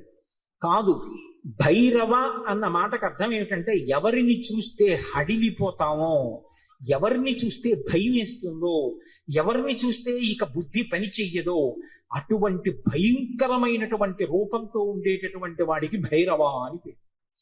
లోకంలో ఎవరైనా సరే బాగా పాపములు చేసి చేసి చేసి చేసి చేసి చేసి శరీరం విడిచిపెట్టేశారనుకోండి, ఈ లోకం విడిచిపెట్టి వెళ్ళిపోయేటప్పుడు భైరవ యాతన అని ఉంటుంది. ఆయన క్రోధ రూపంతో వెంటబడతాడు బెత్తం పట్టుకుని. ఆయన్ని చూసేటప్పటికి భయపడి చెమటలు కక్కుతూ పరిగెడతారు. పరిగెత్తి పరిగెత్తి పరిగెత్తి దాహార్తితో యమసదనం దగ్గర అగ్నిజ్వాలలతో ఉంటుంది తోరణం. ఆ తోరణం కింద నుంచి దూరుతాడు కాలిపోతూ. ఆ దోషం పోవాలి అంటే కాలభైరవ దర్శనం చేస్తారు. కాఠ్మండూలో, కాశీపట్టణంలో కాలభైరవ దేవాలయాలు ఉన్నాయి. కాలభైరవ దర్శనం చేస్తే భైరవ దండన అని ఆయన వేస్తాడు. ఓ బెత్తం పెట్టి ఓసారి వీపు మీద కొడతారు ఇలాగా. అంటే అక్కడతో ఆ పాపాన్ని తీసేస్తారు. ఆ చాలా అనుగ్రహమూర్తి. అలాగే కార్తీక మాసంలో వచ్చేటటువంటి పౌర్ణమి నాడు జ్వాలాతోరణం చేస్తారు. కొత్త గడ్డి తీసుకొచ్చి తోరణం కట్టి ఆ గడ్డి అంతా పెట్టి ఆవు నెయ్యి పోసి వెలిగిస్తారు. వెలిగించి పార్వతీ పరమేశ్వరులు పల్లకీలో వెళుతుంటే హరహర మహాదేవ శంభో శంకర అంటే భక్తులు కూడా పల్లకీతో వెళ్ళి మళ్ళీ వస్తూ ఉంటారు. ఎందుకు అలా వెళ్ళి వస్తూ ఉంటారు అంటే, నరకలోకానికి వెళ్ళి అగ్నితోరణం కింద నుంచి దూరవలసినటువంటి అగత్యాన్ని తీసేసి ఇక్కడే అగ్నితోరణం కింద నీవు అక్కడ చూడక్కర్లేదురా, నేను నీకు అండ ఉంటాను, బెంగ పెట్టుకోకని ఆయన నడిచి ఆయన వెనక మనం నడిస్తే ఇంకా అక్కడ అగ్నితోరణం చూడక్కర్లేదు, తిన్నగా మంచి లోకాలకు వెళ్ళిపోతాడు. దానికోసం ఇక్కడ ఆయన అద్భుతమైనటువంటి జ్వాలాతోరణం చేస్తాడు. మనం చేస్తే అనుగ్రహాన్ని శంకరుడి ద్వారా పొందుతామని. అందుకని భైరవ అంటారు. శంకర భగవత్పాదులు కాలభైరవుని యొక్క వైభవం మీద ఒక అష్టకం చేశారు. దేవరాజ సేవ్యమాన భావనంగ్రి పంకజం వ్యాళ యజ్ఞ సూత్రం ఇందు శేఖరం కృపాకరం నారదాది యోగి బృంద వందితం దిగంబరం కాశికాపురాధినాథ కాల భైరవం భజే. నారదాది యోగి బృంద వందితం దిగంబరం అంటారు. ఆయన నారదుడు వంటి యోగి బృందముల చేత విధింపబడుతూ ఉంటాడు. దేవరాజ సేవ్యమాన భావనాంగ్రి పంకజం, పావనాంగ్రి పంకజం. దేవరాజు అంటే ఇంద్రుడు. ఇంద్రాదుల చేత పూజింపబడేటటువంటి పాదపద్మములు కలిగినటువంటి వాడు. వ్యాళయజ్ఞ సూత్రం ఇందు శేఖరం కృపాకరం. ఆ చంద్రబింబాన్ని శుక్లపక్షంలో ఉండేటటువంటి తదియనాటి చంద్రరేఖని కొప్పులో ధరించి ఉంటాడు ఆయన. వ్యాళయజ్ఞ సూత్రం ఇందు శేఖరం కృపాకరం నారదాది యోగి బృంద వందితం దిగంబరం. ఆయన దిక్కులన్నీ ఆయనకి అంబరములై ఉంటాయి. ఆ దిక్కులు అంబరములై ఉన్న మీదట కొత్తగా ఇక వస్త్రాన్ని కట్టుకోడు, దిశములతో ఉంటాడు. అది ఒకటి. అసలు తెలుసుకోవలసిన రహస్యం వేరే ఉంటుంది. ఎప్పుడైనా మీరు శివాలయంలోకి వెళ్ళినప్పుడు కాలభైరవ దేవాలయానికి వెళితే బట్ట ఉండదు, ఆయన దిగంబరంగా నిలబడి ఉంటాడు. ఎందుకు అలా ఉంటాడు అంటే దానికి ఒక కారణం ఉంది. అంబరము దేనికి కట్టుకుంటారు అంటే, వస్త్రము కట్టుకున్నాడు అన్న మాటకి తాత్వికమైనటువంటి అర్థం ఏమిటి అంటే, లజ్జ పొంది ఉన్నారు. ఎవరు తనని చూసి సంతోషించాలో వాళ్ళు మాత్రమే సంతోషించాలి తప్ప అన్యులు తనని ఇంకొకలా చూడకుండా ఉండడానికి వస్త్రం కట్టుకుంటారు. సభాముఖంగా అంతకన్నా నేను మాట్లాడకూడదు. మీకు ఇంకా బాగా అర్థం అవడానికి నేను ఒక్కటే మాట చెప్పగలను. 1,00,00,000 రూపాయలు పెట్టి రకరకాల నగలు చేయించుకుని ఒంటి నిండా పెట్టుకుని ఒక స్త్రీ బట్ట కట్టుకోలేదనుకోండి, ఏమంటారు? లజ్జావిహీన అంటారు. సముద్రపు టొట్టున దొరికేటటువంటి నత్తగొల్లలతో హారం వేసుకుని 30 రూపాయల చీర కట్టుకుంది అనుకోండి, ఏమంటారు? మానవతి అంటారు. బట్ట దేనికి కట్టుకుంటారు అంటే, ఏ పురుషుడు తనని ఎలా చూడాలో అలాగే చూడాలి. భర్త అయితే దాని అవసరం లేదు. భర్త కానివాడు ఇంకొకలా చూడ్డానికి వీల్లేదు. అంబరము ధరించి ఉంటారు. అంబరము భక్తికి సంకేతం. భక్తి అంబరమును కట్టుకుంటారు. భక్తి అంబరం కట్టుకుంటే పురుషుడి చేత ఆకర్షింపబడతాడు. ఎవరా పురుషుడు? ఒక్కడే పురుషుడు. పతిం విశ్వస్యాత్మేశ్వరగం శాశ్వతగం శివమచ్యుతం. ఆ భగవంతుడు ఒక్కడే పురుషుడు. ఆధ్యాత్మిక సంప్రదాయంలో అందరం స్త్రీలమే. మనందరికీ పతి ఆయన కొరకు భక్తి అన్న బట్ట కట్టుకుంటాం. అసలు పరమేశ్వరుడు ఎవరి కోసం కట్టుకోవాలి? ఎవరి పట్ల భక్తితో ఉండాలి? ఆయన ఎవరిని పొందాలి? ఆయన పొందడానికి ఇంకెవరు లేరు, అందరూ ఆయన్ని పొందుతారు. అందుకే ఆయన బట్ట కట్టుకోడంటే భక్తి అన్న నంబరం ఆయన కట్టుకోక్కర్లేదు. అందుకు దిగంబరుడు. ఆ దిగంబర అన్న మాటను అలా అర్థం చేసుకోవాలి. అందుకే యోగి సంప్రదాయంలో ఈ దిగంబర అన్న మాట మీకు కనపడుతూ ఉంటుంది. కాబట్టి నారదాది యోగి బృంద వందితం దిగంబరం కాశికాపురాధినాథ కాలభైరవం భజే. అటువంటి కాలభైరవుణ్ణి నేను భజిస్తున్నాను. భానుకోటి భాస్వరం భవాబ్ది తారకం ప్రభుం నీలకంఠమీప్సితార్థదాయకం త్రిలోచనం కాలకాల మంబుజక్షమక్షశూలమక్షరం కాశికాపురాధినాథ కాలభైరవం భజే. ఇప్పుడు నేను అష్టకం అంతా ఎక్కడ చెప్పాను? భానుకోటి భాస్వరం, కోటి మంది సూర్యులు ఉదయిస్తే ఎలా ఉంటుందో ఆయన కాంతి అలా ఉంటుంది. భవాబ్ది తారకం ప్రభుం, సంసారం అనే సముద్రాన్ని దాటించేస్తాడు ఆయన పాదాలు పట్టుకుంటే. నీలకంఠమీప్సితార్థదాయకం త్రిలోచనం, నీలకంఠుడై హలాహల భక్షణం చేసినటువంటి శంకరుడై లోకములను అనుగ్రహించగలిగిన వాడై భక్తజనుల యొక్క ఈప్సితములను తీర్చగలిగిన వాడై ఉంటాడు. నీలకంఠమీప్సితార్థదాయకం త్రిలోచనం కాలకాలమంబుజక్షమక్షశూలమక్షరం, చేతిలో అక్షమాల పట్టుకుని జ్ఞానాన్ని ఇవ్వగలిగిన వాడై ఉంటాడు. అందుకే అక్షమాల అంటే ధ్యాన స్థితిని కటాక్షిస్తాడు. పుస్తకాలు చదవడం గొప్ప కాదు, ధ్యానం చేయగలిగి ఉండాలి. ఆ మనస్సు చెప్పినప్పుడు మాట వినాలి. పిలవగానే మనసు వెనక్కొచ్చి ఎవరిని చూడమంటున్నానో వాళ్ళని చూడాలి. రా చూడు పార్వతీ పరమేశ్వరుల పాదద్వంద్వాన్ని అనేటప్పటికీ అది గబగబా వచ్చి కూర్చుని చూడడము అలవాటు అవ్వాలి. మనసు ఎలా వినాలి అంటే కుక్క మాట విన్నట్టుగా వినడం, ఎద్దు మాట విన్నట్టుగా వినడం మనసుకి రావాలి. కుక్క చూడండి అన్నాను అనుకోండి పరిగెత్తుకొస్తుంది, కుక్క పిలిస్తే వచ్చినట్టు. ఎద్దు చూడండి కొత్తగా గిత్తని బండికి కట్టారు అనుకోండి, బండి ఎత్తి పట్టి రైతు దా దా అంటే అది రాదు. బలవంతంగా తీసుకొచ్చి కాడి మెడ మీద పెట్టారనుకోండి తోసేస్తుంది, అటుపోతుంది ఇటుపోతుంది. 4 మాటలు అలవాటు చేసి కొట్టి దుక్కి దున్నించి చేశాడనుకోండి, ఆ తర్వాత రైతు ఇక ఎద్దు దగ్గరికి వెళ్ళడు. వచ్చి ఆ బండి కాడి పట్టుకుని ఇలా పైకి ఎత్తి పట్టుకుంటాడు. ఇలా ఎత్తి పట్టుకుని ఆ 2 కాడిలా సమానంగా వస్తుంది అంటాడు. 2 ఎద్దులు నిద్రపోతున్నవి లేచి ఒళ్ళు విరుచుకొచ్చి మెడబెట్టేస్తాయి. పిలవలేదు ఆయన, ఏమి దా అని కూడా అనలేదు, అంటే చాలు 2 ఎద్దులు వచ్చాయి. అలా అన్నంత మాత్రం చేతనే ఎద్దులు వచ్చేస్తుంటే సాధన చేత మనసు వెనక్కి రావద్దు, రావాలి. అలా వచ్చేటట్టు చెయ్యగలిగిన వాడు, సాధనా బలాన్ని అనుగ్రహించగలిగిన వాడు కాలభైరవుడు. కాలస్వరూపంతో ఉంటాడు. అందుకే కాలకాలమంబుజక్షమక్షశూలమక్షరం కాశికాపురాధినాథ కాలభైరవం భజేత్. అందుకే కాలభైరవష్టానికి ఫలశ్రుతి చెప్తూ కాలభైరమష్టకం పఠంతి ఏ మనోహరం జ్ఞానముక్తి సాధనం విచిత్ర పుణ్యవర్ధనం శోకమోహ దైన్యలోభ కోపతాపనాశనం తే ప్రయాంతి కాలభైరవంగ్రి సన్నిధిం ధ్రువం అంటారు. ఎవరు కాలభైరవాష్టకాన్ని చదువుకుని ప్రతిరోజు కాలభైరవుడికి నమస్కరిస్తాడో వాడికి భక్తి, చిత్తశుద్ధి, వైరాగ్యము, జ్ఞానము, చిట్ట చివర మోక్షము ఆయన అనుగ్రహిస్తాడు. ప్రత్యేకించి మార్గశీర్ష మాసం, చతుర్దశి, అష్టమి, మంగళవారం, ఆదివారం ఇటువంటివి కాలభైరవుడి గురించి వినడానికి అత్యుత్తమమైనటువంటి రోజులు.